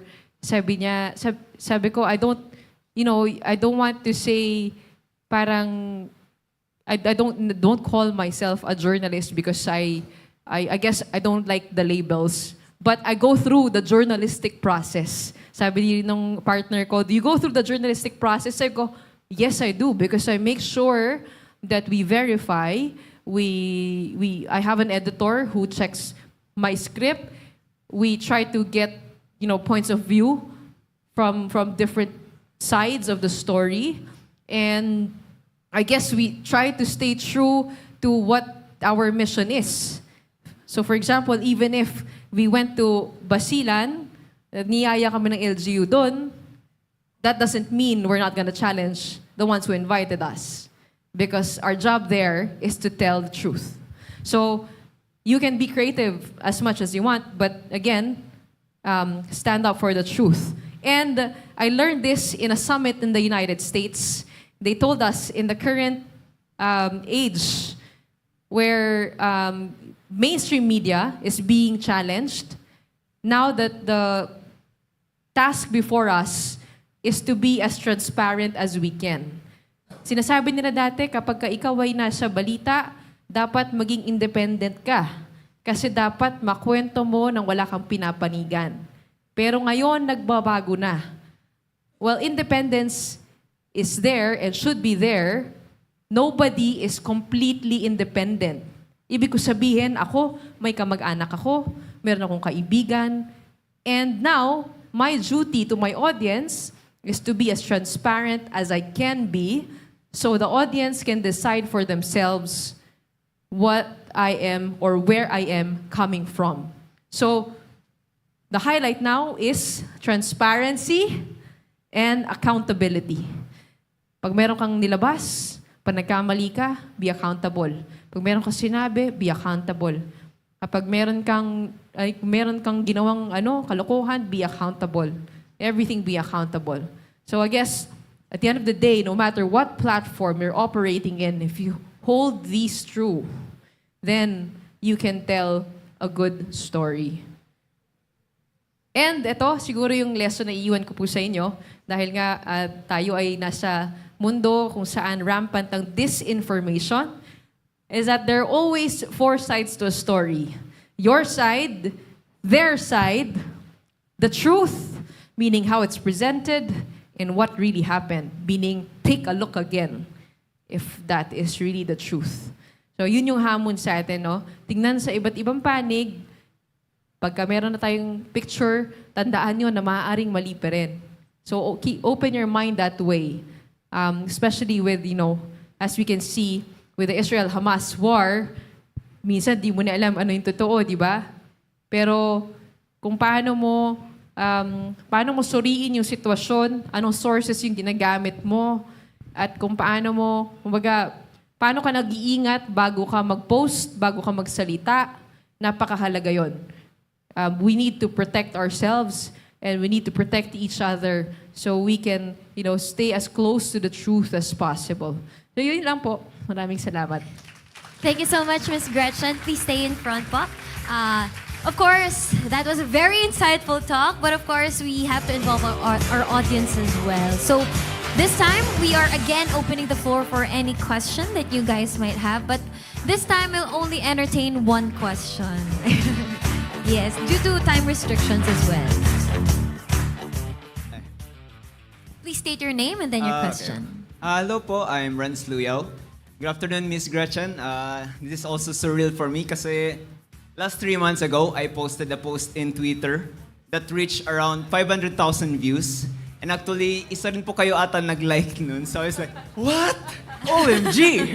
So, yeah, my question for today is, so going back to my question, from all these platforms that you mentioned, how do you stick with it? I mean, yung nahirap, kasi I'm a content creator, I'm a journalist, I've been doing stuffs like this.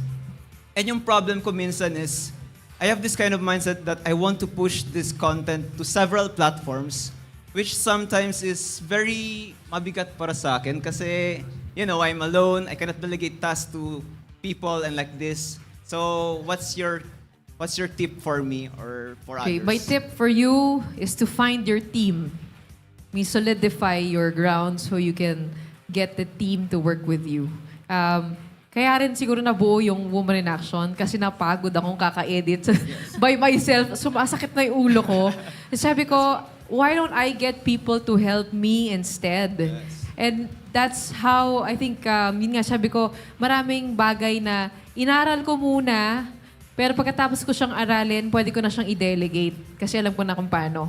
So, yun nga, ikaw, why don't you get a team or involve yourself with a team? Pero pwede mo siyang gawin. Kung kahit mag-start ka muna, isang editor, or ano ba yung kahinaan mo, ayaw mong gawin, yun ang i-delegate mo. Kung hindi pa siya posible, feeling ko, dapat ang alam mo lang, dapat klaro lang sa'yo kung ano yung gusto mong dadaanan nung content mo.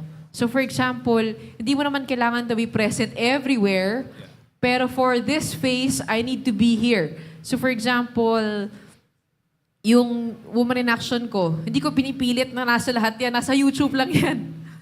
Kasi ayoko, masakit sa ulo, di ba? Pero unti-unti ko na siyang nilalagay sa TikTok. So dinadahan-dahan ko siya. Ina-cut down ko siya. Kasi, tapos nagpo-viral din siya. So, parang hindi mo naman siya kailangan gawin lahat all at the same time. Kailangan piliin mo na lang kung saan nagmamatter yung presence mo. Kung hindi mo pa kaya kumuha ng ibang tao. Thank you po. Salamat. All right, thank you so much for that question. And thank you so much once again to Miss Gretchen Hall. Maraming salamat po. Miss Gretchen, please stay with me here in front. And at this juncture po, may I call on Mr. Howie Severino to join us here on stage. Yes po. For the certificate presentation and photo opportunity. May I also call on Dr. Vanessa Tanco, our iACADEMY's President and CEO, and Ms. Wella Ricafrente Carrion, Deputy Officer for Operations of Republic Asia. Here are the certificates.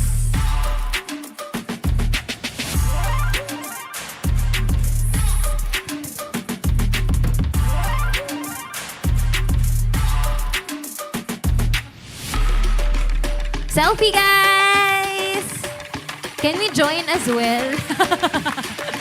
Sige po. Alright. So once again, thank you so much to our dear speakers. Let's all give them a round of applause.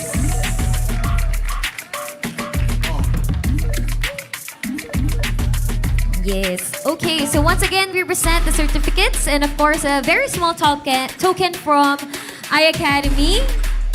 Now, you may have your photo opportunity with our speakers as well as our administration or admins from Republic Asia and iACADEMY. To our dear speakers, thank you so much for gracing us with your presence today.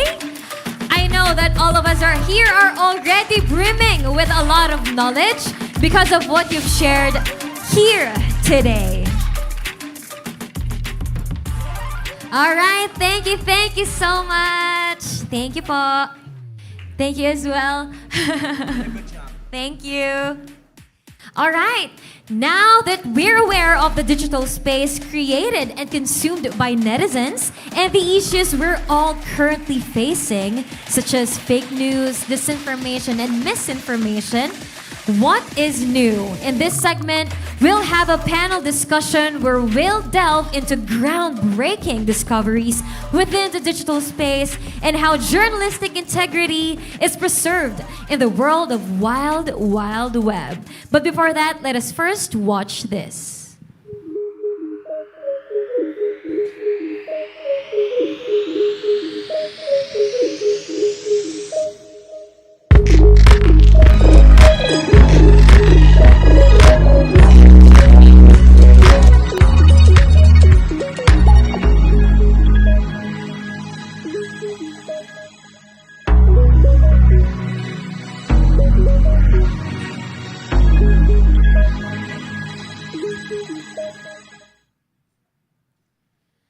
Joining me as a moderator for today's panel discussion, we have our iACADEMY Senior Manager for Admissions and Corporate Communications, Mr. Clarence Gomez.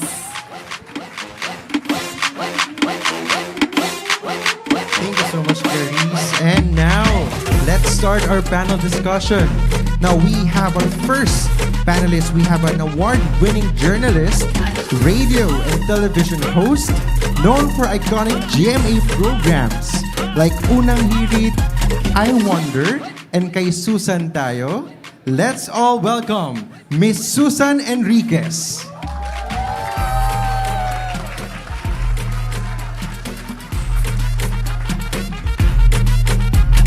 Good afternoon, Miss Susan.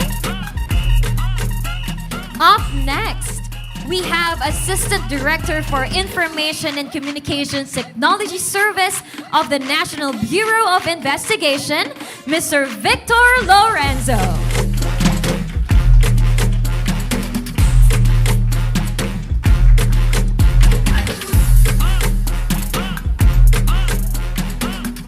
And for our third panelist, we are also joined by esteemed sports writer and analyst who has covered various platforms including TV, radio, digital, and print for GMA News and Daily Tribune. Let's welcome Mr. J.M. Siasa.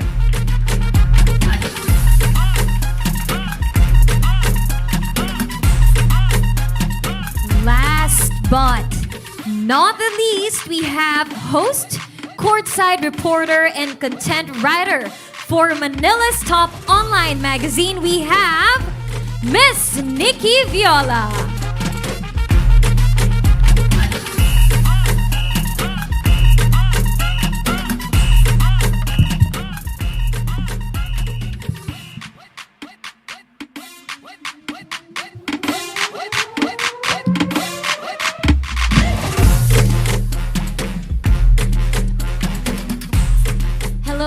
Good afternoon.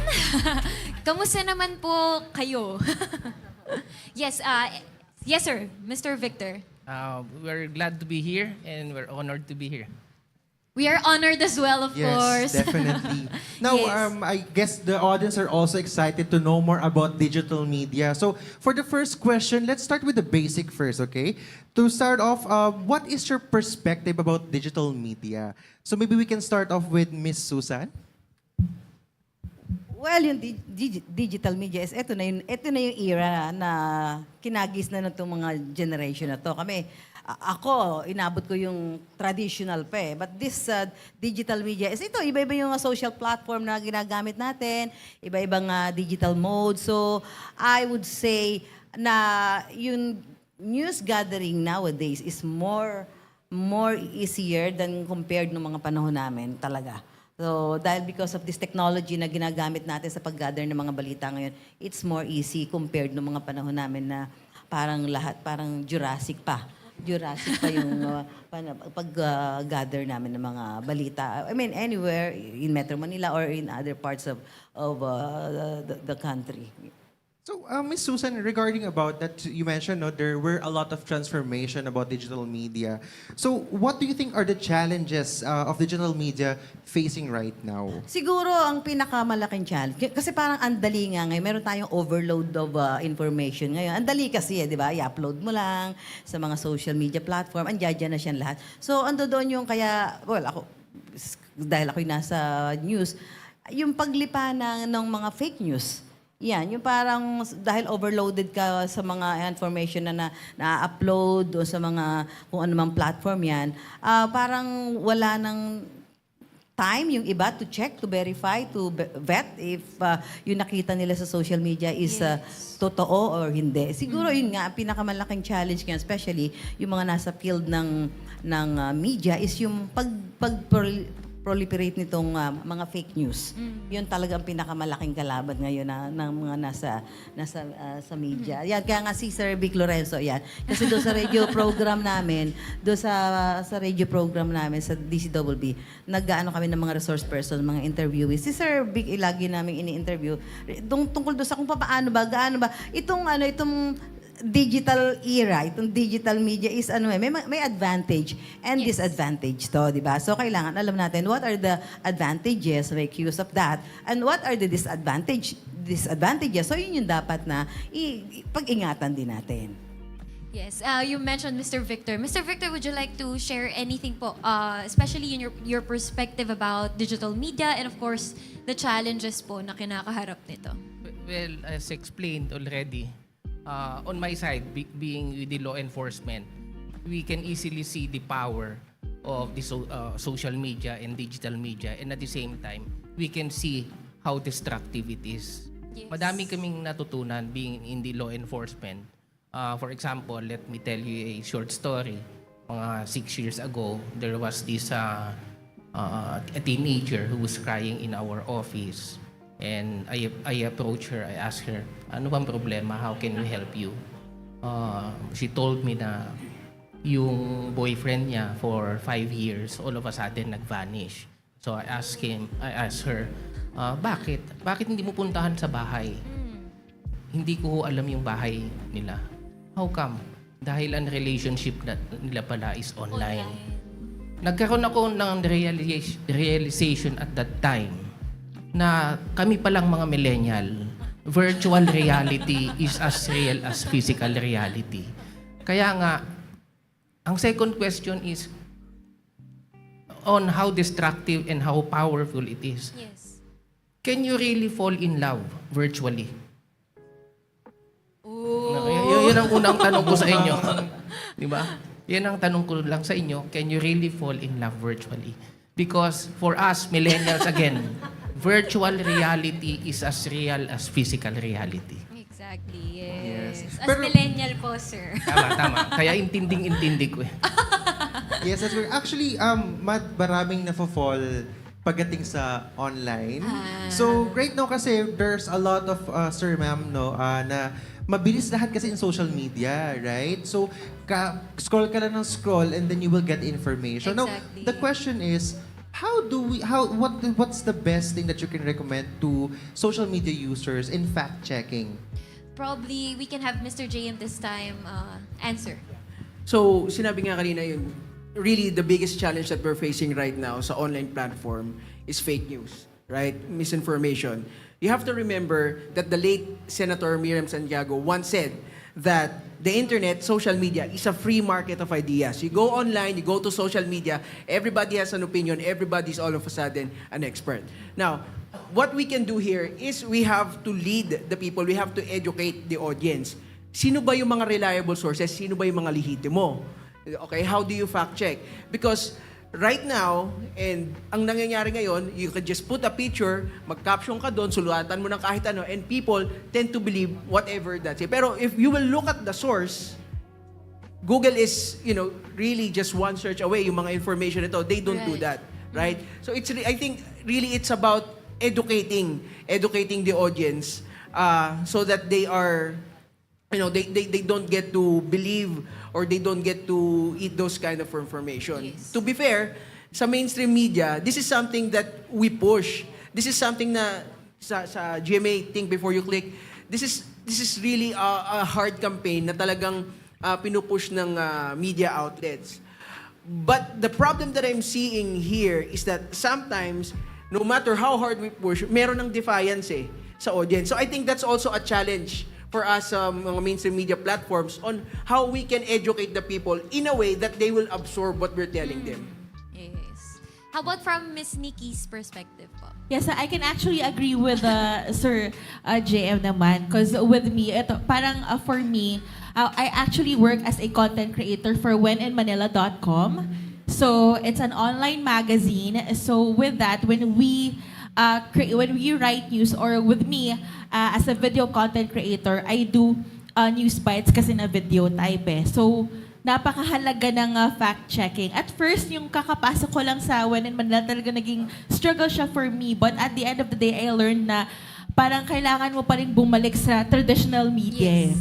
Diba? Especially with TV networks, with mga newspapers, parang kailangan pa rin natin ng thorough reading, ng research after you post something. Kasi kagaya nga na narinig ko na sinabi ni Ms. Gretchen Ho kanina, kailangan maging maingat talaga tayo when it comes to what we post, especially if it's news-related or it's about a certain personality. Kasi kapag pinost natin yan, hindi na siya matatanggal forever. So we really have to fact-check. Very, very important talaga yon. In light of siguro po yung the topic of fact-checking, sir, I'm just curious because there are still people like, yun nga po yung boyfriend nung 5-year. It's still a part of fact-checking po, ano? You know, what do you call that? Catfishing is also stalking as well. What are the steps, or do you already have like steps to contradict these issues or the people who are doing this? As an individual, ma'am, you can also do fact-checking, di ba? For example, all of a sudden may nag-pop up and this guy on the other line is saying that you have the making of an international model. Tingin din sa salamin, ma'am. Tingin-tingin din tayo minsan. Scrutinize kung may katotohanan o hindi. Minsan we are so excited. For example, you are being offered millions of pesos or an investment with a rate of return of 100% in 1 week's time. You have to validate that. Katulad din mga nababasa natin sa news. Diba? You do not push it immediately because it is our responsibility to filter what is truth and what is falsehood. What do you, like for the boyfriend's case po, ano pong gagawin nyo nun sa kanya? Parang what are the steps to, you know, syempre po, it's still a form of panloloko, di ba? Like, fraud or something. So, does NBI currently doing, like, specific steps po? Ma'am, at yung story na yun, ma'am, hindi yun scam. Actually, they have had a relationship. Online nga lang. They never met each other. Yes. So, but if you are a victim of scam, you can easily file a complaint with us, and we will teach you, guide you on the steps. You can file a complaint. We will be requiring of you snapshots of conversation, promises, receipts. Yung usual pa rin. Traditional pa rin na way of investigation. Kaya lang nasa cyberspace na siya. Right. Okay. Yes. Okay, actually, for me, parang hindi lang naman siya, sir, no, para sa mga victim kasi right now, nauuso yung cancel culture. So, I just have a question. Is there any specific law that na pwedeng ibigay sa mga users of the social media when it comes to cancel culture? About sharing fake news about specific personality, specific businesses. Meron po bang specific law about this? Kung if there will be an allegation of a discreditable act, may cyber libel na tayo, which is punishable under Cybercrime Prevention Act. Medyo mataas ho yun. Hindi mataas ang penalty niya. Hindi lang natin nare-realize ng penalty niyon is 6 years, 1 day to 12 years. So be very, very careful in pushing news or making articles that are not true. There you go. Okay. Yes. Pero siguro we also have questions from our journalists. Ma'am, if I may ask, kasi marami siguro ngayon, especially with our students who wanted to become a journalist someday, and they're really looking forward in looking at different tutorials siguro or mga videos or mga short clips on how to start. So may mga tips po ba kayo na mabibigay sa kanila? Also, I think Miss Susan has an appointment as well. So, Naku, kapag yung mga ganyan pag-edit, ako nga hindi masyado marunong mag-edit, hanggang CapCut lang ako, di ba? Oo, parang, Siguro may mga ano naman eh. Baka nga dito sa iACADEMY, baka tinuturo sa inyo dito yung mga pag-edit-edit Opo, na ganyan. actually. Yeah, di ba? Yes, yes. Pero ako kasi parang napag-iwanan ako ng mga editing na yun. Parang mga basic editing na lamang yung alam ko eh, di ba? Basta ako more on ano ako ngayon eh. Parang pag nakikita ko lang, sana lang lahat ng mga, lahat naman tayo dito ay mga social media users, ano? Sana maging ano lang tayo, yung tingnan din natin, yung mga sinishare natin, mga nakikita natin, mga kung ano mga article or videos or stories dyan. Kasi minsan, kung ang nag-share niya wala namang accountability, wala naman siyang magiging pananagutan doon, share lang niya na share. So Yes. dapat tayo din naman, maging vigilant din sa gano'n. Di ba? Sabi nga sabi ko nga kay Sir Vic, parang pag nag-ano kami sa radyo, kung isa lang ang nakapakinig doon sa dinidiscuss naming scam, yung isang yun, ibabalita niya sa isa, yung the other one, hindi na nakausap niya. Marami din kaming matutulungan. So it's awareness. Importante yung awareness para yun ang isa sa mga magiging tool natin, sandata natin para labanan kung ano man ang hindi maganda, kung ano man ang disadvantage nitong digital era na ito. Opo. Yes. Thank you so much, Miss Susan. And Miss Susan, I think all of our audience here would like to hear you give out a parting advice na lang po siguro. I think you have you have ano po yun. Yes, she'll be live po kasi at 5:30. So, thank you so much, Miss Susan, anyway, for joining us. Ito, kayo yung digital era. Kayo na yung mga susunod na henerasyon, whatever field yung papasukin nyo. But still, kung anumang field yan, kung may kinalaman sa media or not. Pero I'm sure na lahat kayo ay magiging social media users. So sana lang, yun lang talaga, yung parang ang maging ano lang tayo, maging aware at maging ano tayo na baka hindi lahat ng nakikita natin, hindi lahat ng na-upload, hindi lahat ng nakikita natin doon ay may katotohanan. Like sabi nga, kung halimbawa meron ka i-share dyan na damaging sa isang tao, di ba? Sa isang organization, that's foul. So sana yun man lang ay maging role natin do sa inyo dahil napakabilis ng pagbabago ng panahon, yung technology natin is so fast changing, di ba? Yes. Ganyan. I don't know kung ano pa mangyayari in the next 5 years in terms of technology at digital age na to, no? So, yun lang. Sana lang maging responsable tayo. Huwag nating paniniwalaan agad-agad. Lahat ng nakikita natin, huwag nating agad-agad i-share. That's the only way we can help this world para malabanan natin whatever it is. If fake news man yan, fake information, yun lang ang magiging share natin para labanan yung mga ganyang klase ng hindi makatotohan ng mga balita at impormasyon. So all in all, be vigilant. Yes, Be vigilant. Yes, Please take note. And that's why, thank you so much, Miss Susan. Thank you so much. Let's all give her a round of applause, Miss Good Susan afternoon sa inyo lahat Enriquez. at mag-iingat kayo. Good luck in all your undertakings. Thank you for lending us your time, Miss Susan. Yes. And now that we have listened to the exchange between our panelists, it's time to get you involved. We're now opening the floor to any question you might have, and please approach the microphones we've set up in the center aisle. So our speakers will be answering 5 questions this time. Okay? So feel free to ask away. Right. And all of our speakers can answer po, can share ideas and add more to the answers of each other. Okay? So let us have the first question. There you go.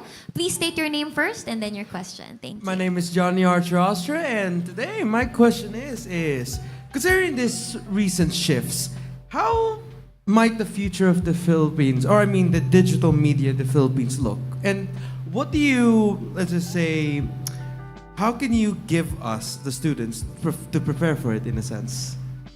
Yes, Miss Nikki.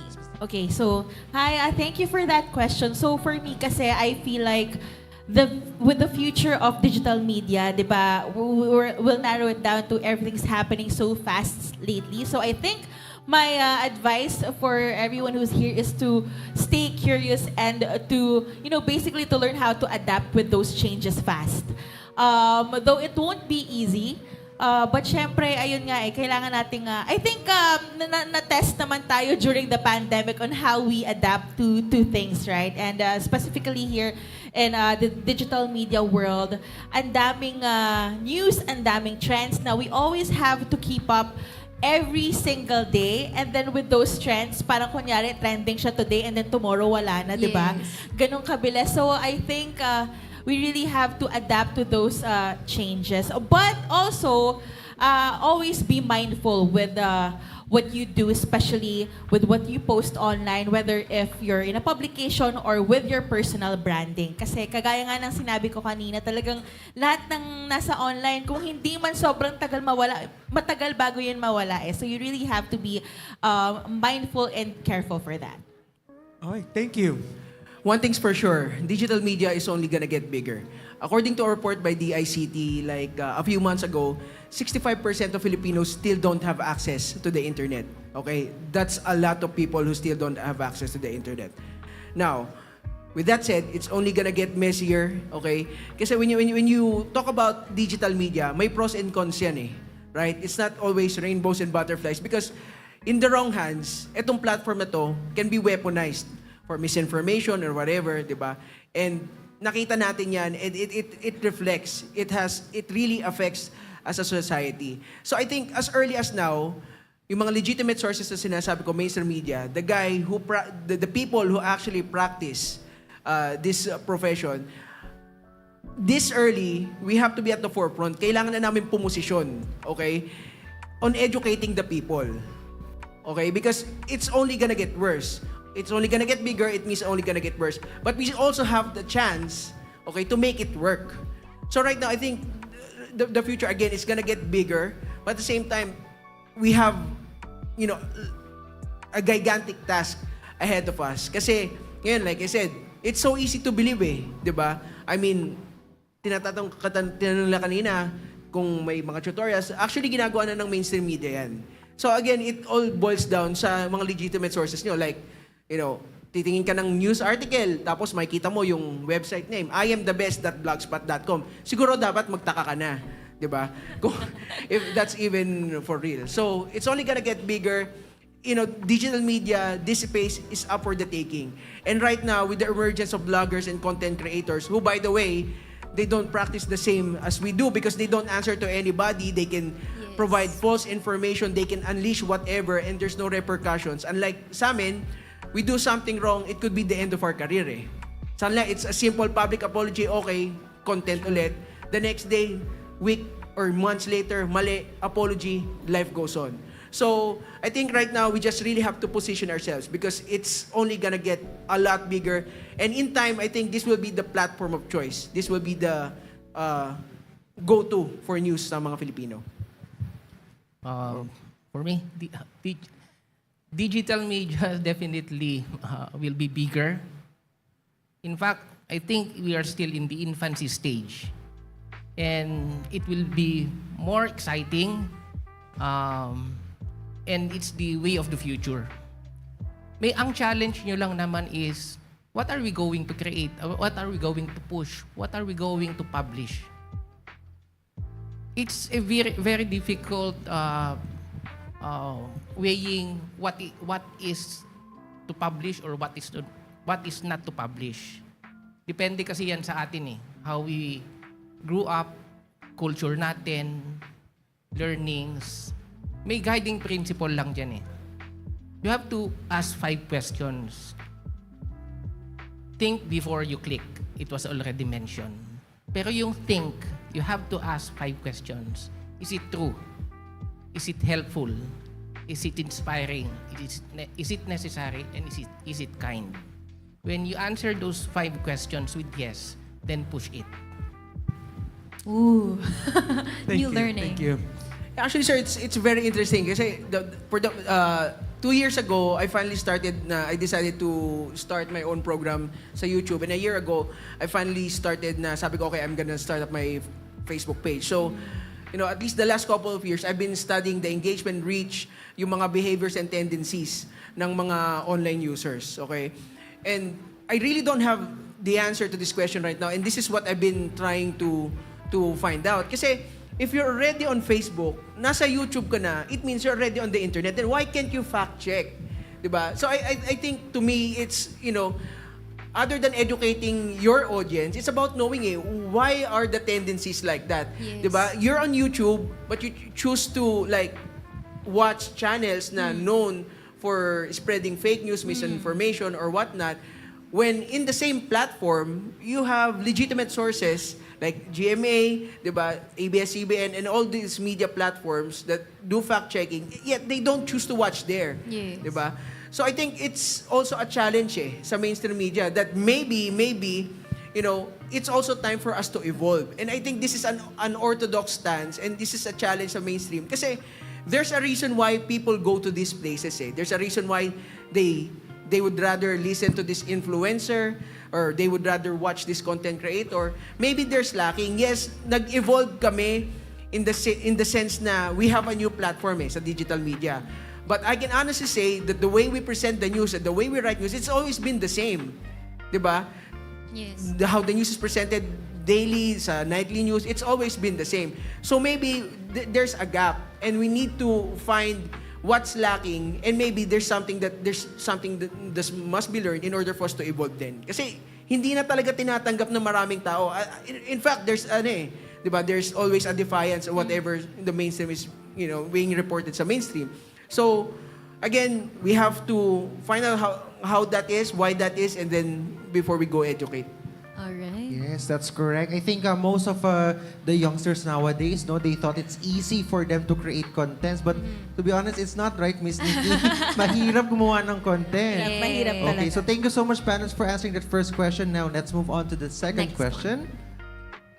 Hello po, I'm Jenkins. I am an animation student po. And my question is, how do you balance your digital niche, like yung mga interests mo, and your specialties with like the current trends? Because as a digital artist posting on Instagram, I'd like to post my own original concepts and characters, but I don't know when is the right time to do these sort of things po. I think Miss Nikki would be best to answer that Yes, question. po. But if you would like to add po later.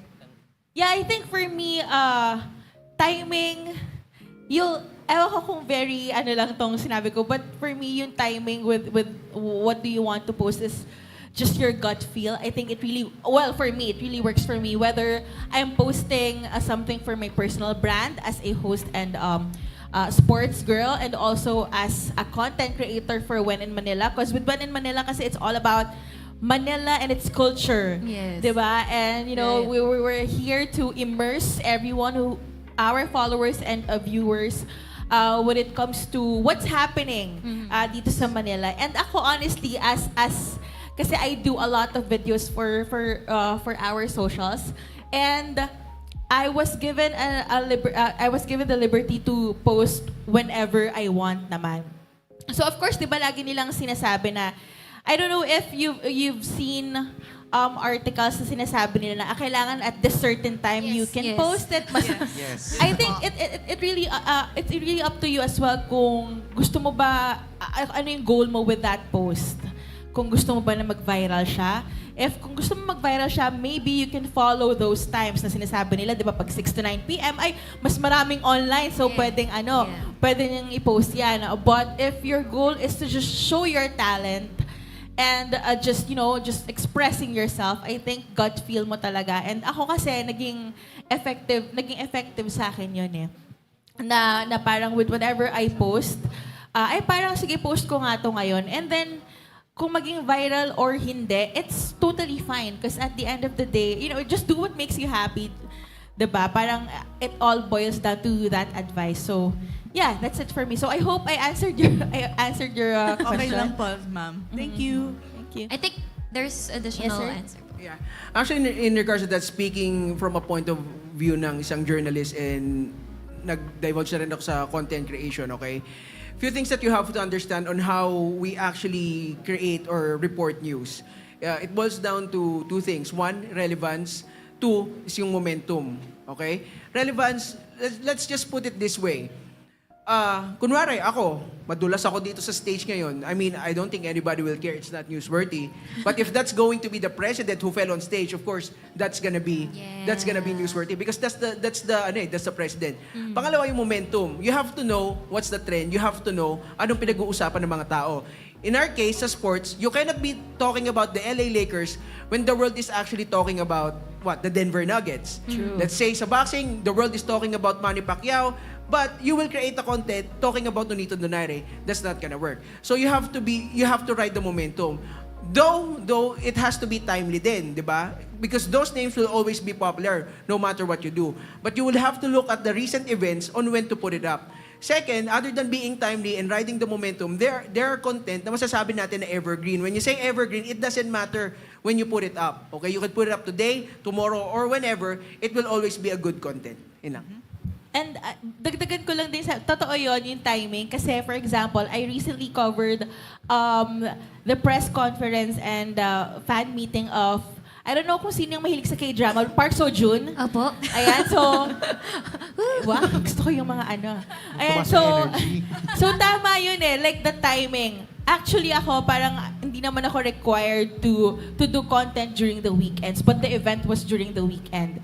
And then, syempre, everyone knows that PSJ is here and ang daming kinikilig. So, the time we were allowed to post videos, pinost ko agad lahat. And yun talaga, perfect timing. Yun nga, tama. Kailangan makasabay sa trend and kailangan yung relevance ng mga nangyayari or content is, alam mo rin. So, yeah. By the way, last na lang. I was meaning to say this. You would also have to know your audience. For my case kasi, as a sports writer, ang beat ko is boxing, mixed martial arts, and esports. Okay?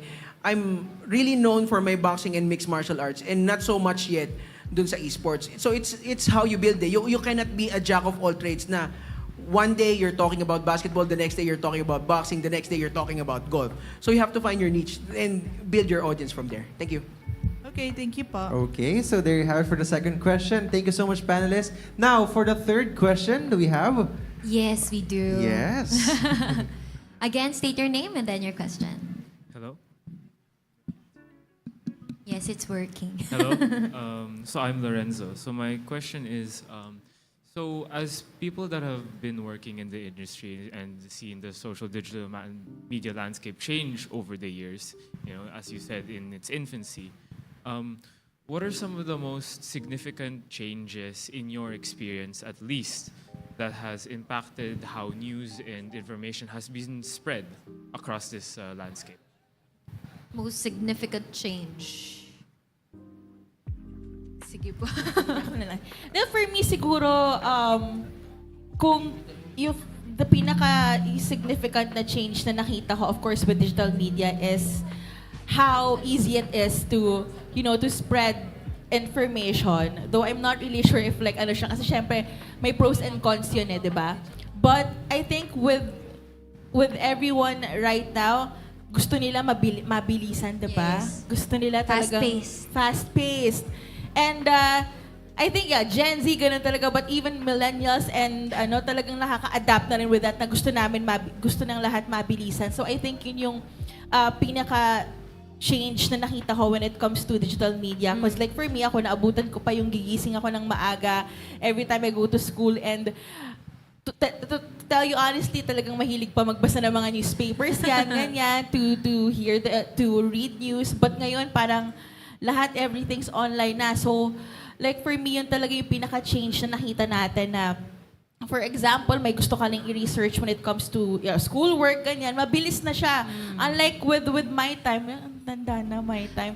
Yung mga, yung minsan magre-research kami sa encyclopedia pa or sa library. So, yeah, though it has pros and cons, but I think yun talaga yung major change. And sa kagaya nga na sinabi ni Sir JM kanina, it would really grow pa. I think right now, what's most important about this is when we're talking about digital media, it's always faster, it stays there forever. Now, we look at the traditional media platforms. Ano ba yung tatlo na yon? We're talking about TV, we're talking about radio, and print. Okay? Look, in the case of sports, as we know, si Manny Pacquiao, he fights in the US, so yung mga fights niya, normally, nangyayari yon around 12 noon, 1, 2 p.m. Philippine time. And that's not gonna be on the news, at least sa TV, until sa evening news, and sa print, it's not gonna happen until tomorrow. Dito, nandyan agad sa harap mo. Dito, it's very engaging. People can share their thoughts. People can share their thoughts. They can engage with other people, no? And with that is, of course, yung emergence din nga ng misinformation. Because, like I said kanina, everyone can be anybody sa internet, Kaya kailangan talaga ma-filter. Everybody has an opinion, and everybody's all of a sudden a journalist. Minsan nga may mga doktor pa di ba? So, kailangan lang talaga natin na ma-educate yung audience, kailangan talaga natin na ma-straighten up yung mga bagay na yun. I think it's, Sir Clarence, it's what we call instant culture. Yes. Everything's there. Agad-agad. Actually, the thing about internet is that we're so free to post anything that it also affects the freedom of others. Yes, exactly. Yes. So, I think Sir Victor can share like anything that changed in terms of the law naman po. Yes. Because of the digital age, everything changes. Everything changed. Dati, meron tayong libel lang when you publish an article that will destroy the reputation. Ngayon, meron na tayong e-libel. Oh, Dati, meron, e-libel. di ba, hindi na industrial engineering. Ngayon, meron ng AI. Tapos quantum leaps. It will change. The future is bright. The future is now. And always remember to be responsible in creating contents, publishing something. You have to be responsible because it can destroy lives. But it can also inspire people. Okay, thank you so much, panelists. And so since we have lesser time now, Yes. kailangan na nating matapos. So that's it. That's for the last question. Yes, last question. Do we still have? Yes, and after this, of course, our panelists would like to share their last final advice or tips for our audience.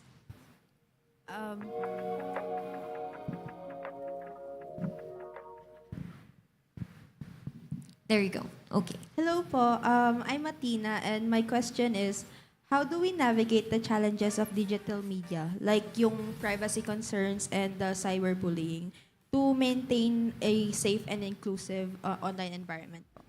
Okay. I think it's best if we first define what cyberbullying is, Sir Victor. It is not illegal parlance, cyberbullying, but we have cyber libel. Cyber libel. But the question is, can you really quantify pain? Oh, quantify Because when pain. you are being bullied offline sa school by 5 students, you multiply the pain by 5.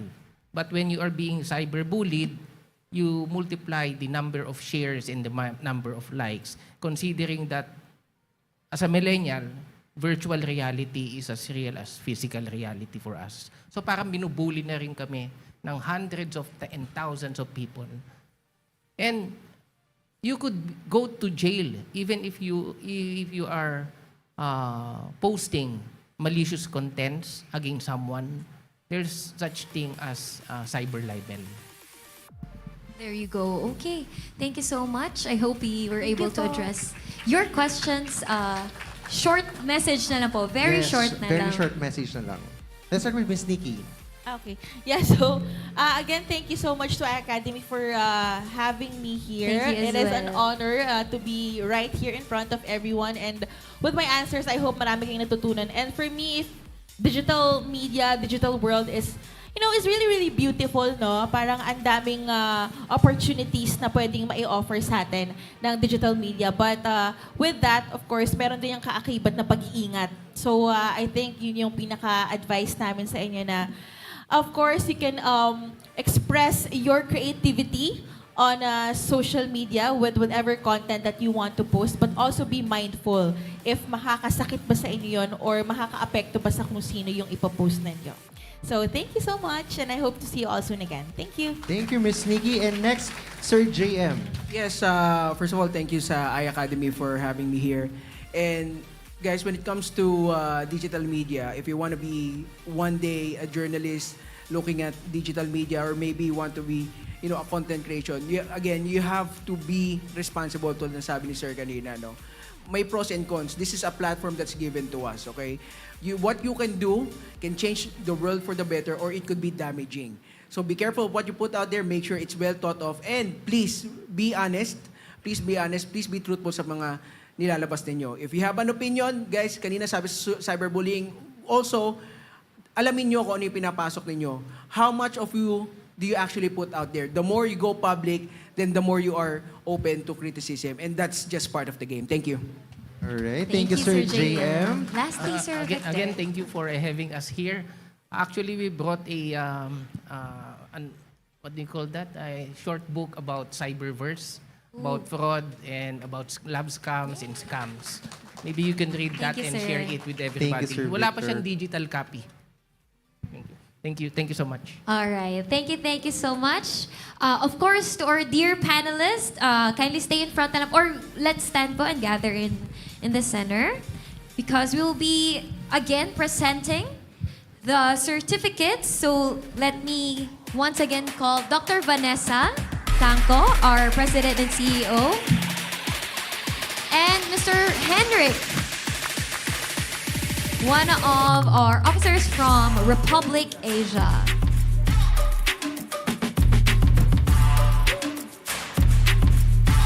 Let's all give a round of applause to our dear panelists.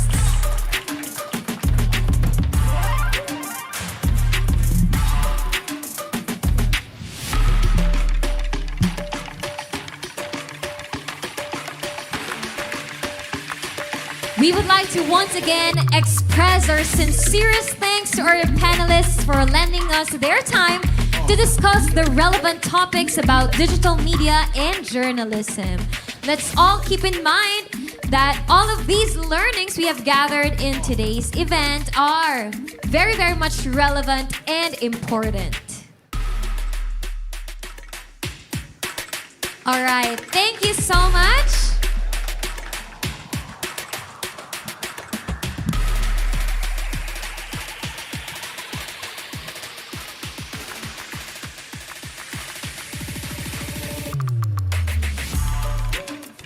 All right, but we're still not finished, okay? You all might be wondering, what is next? How can we transition from this conversation towards crafting concrete principles and values that can steer game changers in embracing emerging digital media technologies? Well, let's all watch this.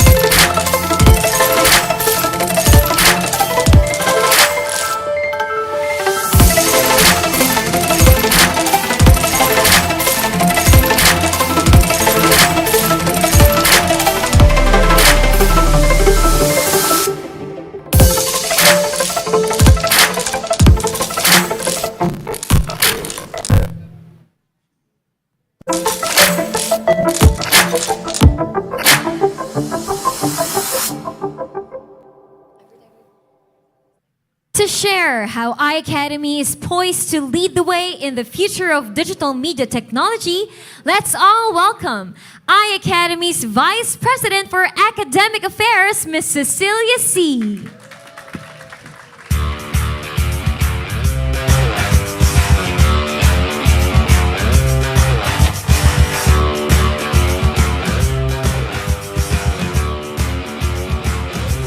All right, good afternoon. Are you still awake? Where's the energy? Yes! All right, so good afternoon, Game Changers. I'm very happy to see all of you. And I think we are really having a very fruitful afternoon, right? So, let me start up.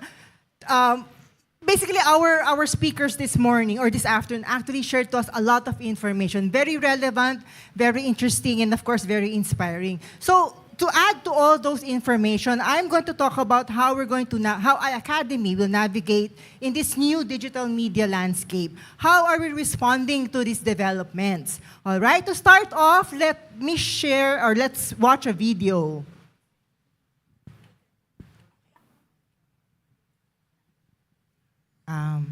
Sound.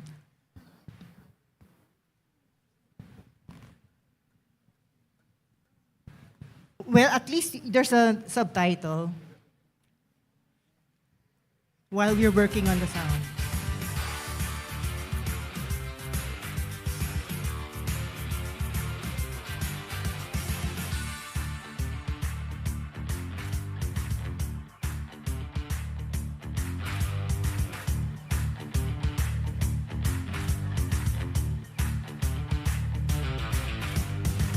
This clip is taken from BBC News.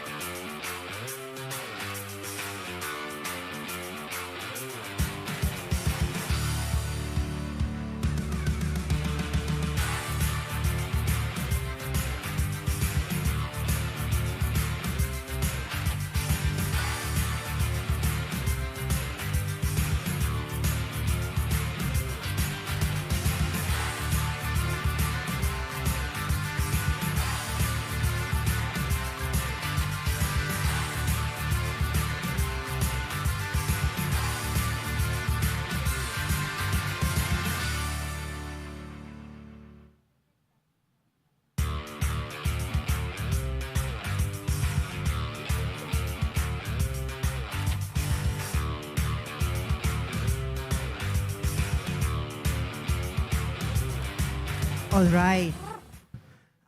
In case you can watch it again, it's available. Of course, you just go to BBC website. But from the context, right? What was the reporter sharing? She's actually talking about a very relevant current event now, right?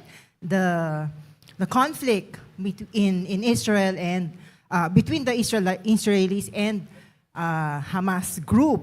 And so, of course, because this is one of the most, I would say, controversial news now, a lot of fake news is coming up also in the digital media space. And so the journalist was actually sharing a few tips on how to identify fake news. All right. Now, why is that important? I'm sure our speakers have already explained this afternoon that there's a new way to distribute and to access news. And because of that, there's also one effect of that is the proliferation of fake news. And so it is very important as creators and consumers of digital media that we are aware and we can detect when something is real, accurate, and when something is fake. Why is that important? Because of the implications of accessing fake news and being able to, and disseminating that wrong information. All right? What do you plan to say?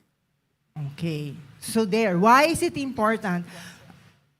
Okay. Now, definitely, for the past years, okay, behavior of social media or behavior of people in general in social media has evolved.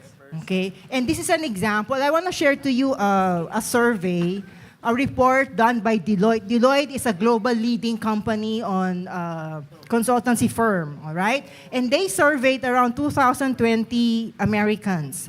And they wanted to find out the digital behavior, okay, of Americans across generations. So they surveyed they surveyed boomers, Generation X, millennials, and Gen Zs. And if you can see quickly here in the graph, the summary of the report or the survey, that definitely Gen Z and millennials access information mostly online. So for them, okay, watching UGC or user-generated content and playing video games are the most entertaining forms of activities for them. And it's also the way they get news or information. All right? Compared to Gen Z, Gen X, and boomers, they still go to the traditional forms of media, which are TV and, of course, newspaper. Okay, so an additional information in that report is, now why do millennials and Gen Zs using social media platforms as their means or source of information and news or even entertainment? The common answer is because these materials are free, fresh, and match their interests. So what is the implication of this behavior and mindset of this new generation? They want things that are always new and easily accessible, right? Okay. Now, we all know that we are living in a world that's increasingly, digital, mobile. And because of this, I strongly believe that the next few years is defined not by how we quickly adapt to digital, but rather it will be defined by how we transform content, digital content, to address the changing behavior and mindsets and priorities of the audience or the consumers. All right? So this, I'm sure you're aware of this already because of you're all into vlogging, you're all into live streaming. The way we purchase things now, or the way we decide on what product to choose or what product to buy, it will always be influenced by social media. All right? So, what are the other developments that are happening? Now, let me just summarize this because most of these actually were mentioned already by our speakers. So one, definitely, how are the landscape changing or evolving? Definitely everything is now digital, and the one development now is the popularity of short form video. Right? Among my peers, may joke kami, di ba? If you're still into Facebook so much and you're not anymore into TikTok, you're a tita already. You're not anymore, into the current generation. Because more and more people now, your generation, are more into short form video. Right? Compared to yung mga mamahahabang videos that you can probably watch in other platforms. Next, of course, we all know, it's already given, that AI has actually invaded our lives. Okay? All forms of, AI is used in all kinds of industry, in all forms of media platform also. And how are companies, corporations, or even, corporations, organizations using AI? Of course, through AI, they can generate user data that would help improve their products, improve their services, and also inform them of the direction of the company or other priorities that they want to have. So, the next one also, of course, virtual reality. We want to be involved, or we want to engage in more immersive activities. So it's more 3D in a way and not anymore a flat kind of experience. All right? And because of these developments, of course, there are also opportunities. Things have becoming more personalized. We now look for content that would really address our needs, our interests. And of course, because of that behavior and that interest and mindset, organizations, companies are also changing, modifying their strategies so that they can capture their target audience. And one of that is by personalizing their content through the use of AI tools, right? And of course, there's more opportunities for collaboration and partnerships. I actually read also in one article that surprisingly, in that survey, consumers would listen more to influencers in terms of deciding on, let's say, what product to buy, which news to listen to, as compared to going to the website of the company and finding more about the product. So that's actually a change in behavior and in priority, because let's say before I would usually go to the website and I would read about the product there before I go to people who are actually using the product. So that's because of that, change. Companies and organizations have also, companies, organizations, and even marketing agencies have actually changed also their strategy in terms of advertising or promoting their products and services. And therefore, they're more open now to collaborating and doing partnerships with influencers, content influencers and creators. Next, of course, we all know that since we are in the digital era, there will always be innovations that will come in, all right, in all forms, shapes, and sizes. All right. Now, because of all these developments, of course, and opportunities, we cannot deny the fact that there are risks involved. And I cannot overemphasize what was mentioned also by our resource speakers, the importance of knowing the truth, consuming, creating, and making sure that it is the truth. All right, so what are some of these challenges? Of course, there's an increased reliance on digital advertising.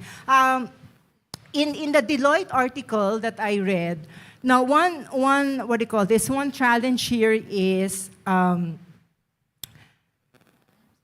do you how do you control or how do you manage monetization of products online? All right. Next, trust and misinformation. So I guess we all know this, that it's important for us. It's quite challenging now, really very challenging, to decipher when a piece of news or video is accurate and true, and when it is somehow modified or manipulated. All right? And of course, data privacy has always been going to be an issue, since a lot of platforms now would also get user data, right? It's also, and it is actually to help them improve their platform, improve their service, improve their product, which is good because it's a data-driven world. However, there's also the risk of violating certain data privacy law, all right? Next, of course, ethical and regulatory dilemmas. We all are consumers and creators, and therefore, it is our responsibility to make sure that what we create and what we send out is true, and it's going to be, it's not going to harm anyone. Okay. This one I mentioned, I just want to be clear about what's the difference between misinformation and disinformation. Because all of us, you are content creators. And as content creators, we have to be responsible to what we put in our platforms, right? The main difference is, of course, for misinformation, you are delivering, you're sharing, disseminating false information. While disinformation is, there's a deliberate, malicious content, and you are spearing fear or suspicion. So the main difference here, of course, both are sharing inaccurate information, but the main danger in this information is there is the intent to, let's say, stir fear, or there's a malicious intent behind it. All right? Okay, and I just want to put, I think this is a very important quote from a UN report. We all know that AI is here to stay. And according to that report, the rise of AI has also given birth to new forms of misinformation and disinformation. All right? So we call this synthetic media to indicate the artificial production, manipulation, and modification of data and multimedia by automated means, especially AI algorithms, to mislead or change original meaning. So there are fears that synthetic media could supercharge fake news, spread misinformation, and distrust of reality, and automate creative jobs. So this is the risk that is bound to happen, and therefore, how do we respond to this problem? How do we respond to this risk? Okay, we need more responsible content creators and consumers. We are all content consumers and creators. The key word here is responsible. And how do we become responsible content creators and consumers? All right? So here in iACADEMY, we want to be true to our mission vision, which is to create or develop game changers that will lead or make an impact in society. And being content creators yourselves, it is important that we are going to be responsible in what we create, in what we disseminate and share. All right? So in iACADEMY, all right, we want to be part of the solution. We want to be able to mitigate, mitigate the problem. We are actually brewing a program that would address this need, okay, or this problem. It's a digital media technology program. So what is this all about? It's a field of study that covers the various ways by which humans communicate in the contemporary media landscape. So the main word here, or the key word, is how humans communicate. Remember a while ago, Mr. Howie Severino mentioned, at the end, we all have the power. What changes things now is we have now the power to communicate because of these available tools with us that we can access anytime and use anytime. So we all have a choice what to put, what to share, and how to consume this content. All right? So this study, okay, or this program will help you understand the principles behind it, and it will focus on verbal and nonverbal messages used to create meanings in different contexts. And when I say context, it's talking about different media platforms. All right? And of course, it will also include a broad range of subject matter, ranging from the study of communication and interpersonal relationships, groups, organizations, and culture. All right? Sounds interesting. A while ago also, the speakers mentioned, Mr. Howie Severino mentioned that, with the digital transformation that's happening right now, some jobs will be lost, will be obsolete. But there will also be new jobs that will come up because of these changes. All right? And so we want to be responsive to that opportunity. At the same time, I think you may be wondering, okay, what kind of careers can come up? Now, some of these are already existing, but definitely we need more. For example, web analytics specialists. We would need media specialists that are attuned, adept in these new forms of social media. All right? So these are just some of the possibilities, possible jobs that are available when you get into a digital media technology program. All right? And so, okay, let me end my sharing with this quotation or quote, from Maria Ressa, who is actually a 2021 Nobel Prize, Peace Prize winner. She said, always make the choice to learn. So why did I choose this quotation? Because things are evolving. It's an exciting future, but at the same time, it can also be uncertain.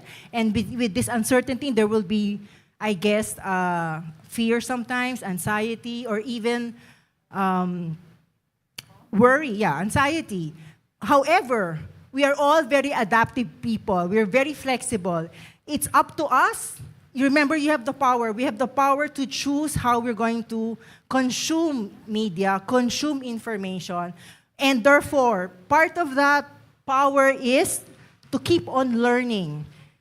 Okay? To keep on learning and being open to new possibilities, to new programs, to new principles and mindsets and perspectives. All right? And that's how we will be able to successfully, navigate the unknown but exciting future. All right? So that ends my sharing. Thank you. Thank you so much, Ms. Cess. Of course, we are very, very excited for this new program, Digital Media Technology Program. And we are very much sure that this new program will surely equip students with the proper education to excel in the field of digital media and journalism. Ms. Cess, kindly stay. Dito po sa... Alright, and may I call on once again our President and CEO, Dr. Vanessa, and one of the officers or representatives, Mr. Henrik from Republic Asia, to present, of course, the certificate and a small token from iACADEMY and Republic Asia as well. And of course, photo opportunity. Now, before we end this program, a while ago, Republic Asia had a, what do you call this? Giveaway. Ayan. giveaway, and we already have winners. So, congratulations to at hopeful.lee or Lee, at isa.live or Patricia, at ld.castro, at Beverly Ann 27, at Al Gonzalez _, at Shin Ivan _, Dan Danger _Junior, at Ira.Jamisola, at XX Shisha XX, at Fraa Dia Ali _Aja or Nadia. So please claim your prizes outside. Ayan. Again, loot bags and notebooks and pens from Republic Asia. Once again, thank you so much to our partner, Republic Asia. At dito na lang po pala i-claim sa harap. Well, what a wonderful event this has been. Ladies and gentlemen, thank you for being a part and joining us here at Next Up. Here at iACADEMY, will help transform your future. To conclude this event, let's all welcome Octave! Hey. Maybe this time I do it for you. Nothing to lose, why don't we try? Hasn't done beating, it kind of feels like the last chance to get it right. Roll of the dice, shot in the dark. Everything's changing, can't you tell? It's all about us, so let's just keep this to ourselves. He just doesn't do what he wants to. But maybe this time, letting go, and I'm still holding on to hope that it'll work out fine. For you and I, maybe this time. Oh, I go ahead and I don't wanna miss a second of the lesson is to enjoy the ride. I'll try Maybe this time, maybe this time is all that we get. We still got lots to figure out. I love the control, what happens next? Give you my all right now. Don't look back, just pull me closer. Hands up on this roller coaster. Let's live in the moment, letting go back to holding on to hope that it'll work out fine. For you and I, maybe this time. Oh, I go ahead and I don't wanna miss a second if the lesson is to enjoy the ride. I'll try, maybe this time. Nothing certain about this journey we're on, but beyond the horizon, wait till you're done. Maybe it's time. Let's live in the moment, letting go, but I'm still holding on to hope that it'll all work out fine. For you and I, maybe this time. Or I go ahead and I don't wanna miss a second if the lesson is to enjoy the ride. I'll try, maybe this time. Thank you, guys. Our next song, I hope you remember it. It's a very old song from Disney Channel. So yeah. Maybe request everyone to please stand. Ayan, party tayo, guys. Guys, let's hype Get up. this rolling. Hype song, let's go.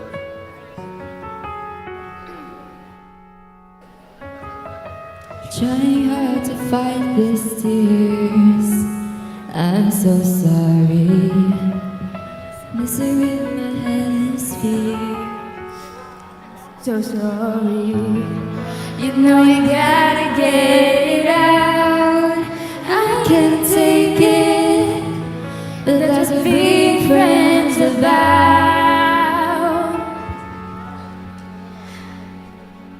I wanna cry, I can't deny. Tonight I wanna up and high and get inside. It isn't right. I wanna live in mine. I know I gotta do it. I know I gotta do it. Listen to the word into your dance floor. Determinate, Let's go. determinate. Push until you can and you bend more. Determinate, You and me together we can make it better. Gotta stir the world into your dance floor. determinate, hey, to feel this way and waste the day. I gotta get myself be afraid for within me.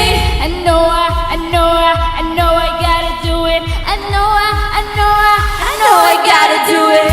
Gotta turn the world into your dance floor.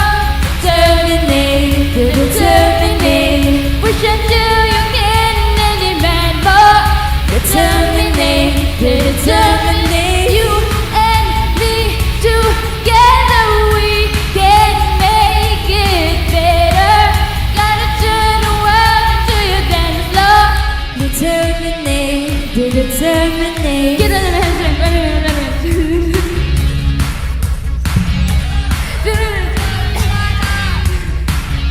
So stop and now. To feel, you know how it feels. Just in the front, just feel, get down. Now I ain't playing around. Put your feet on the ground, just sound like. Turn the world into your dance floor. Determinate, determinate. Get until you can and demand more.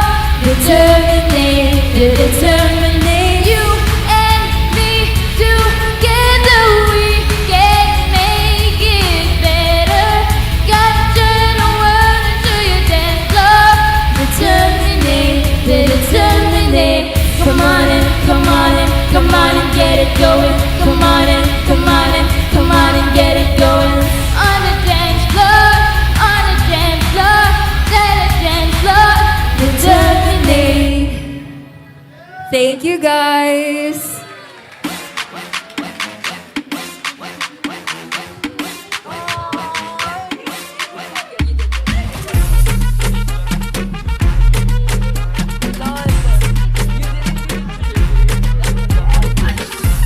All right, for the winners for the Republic Asia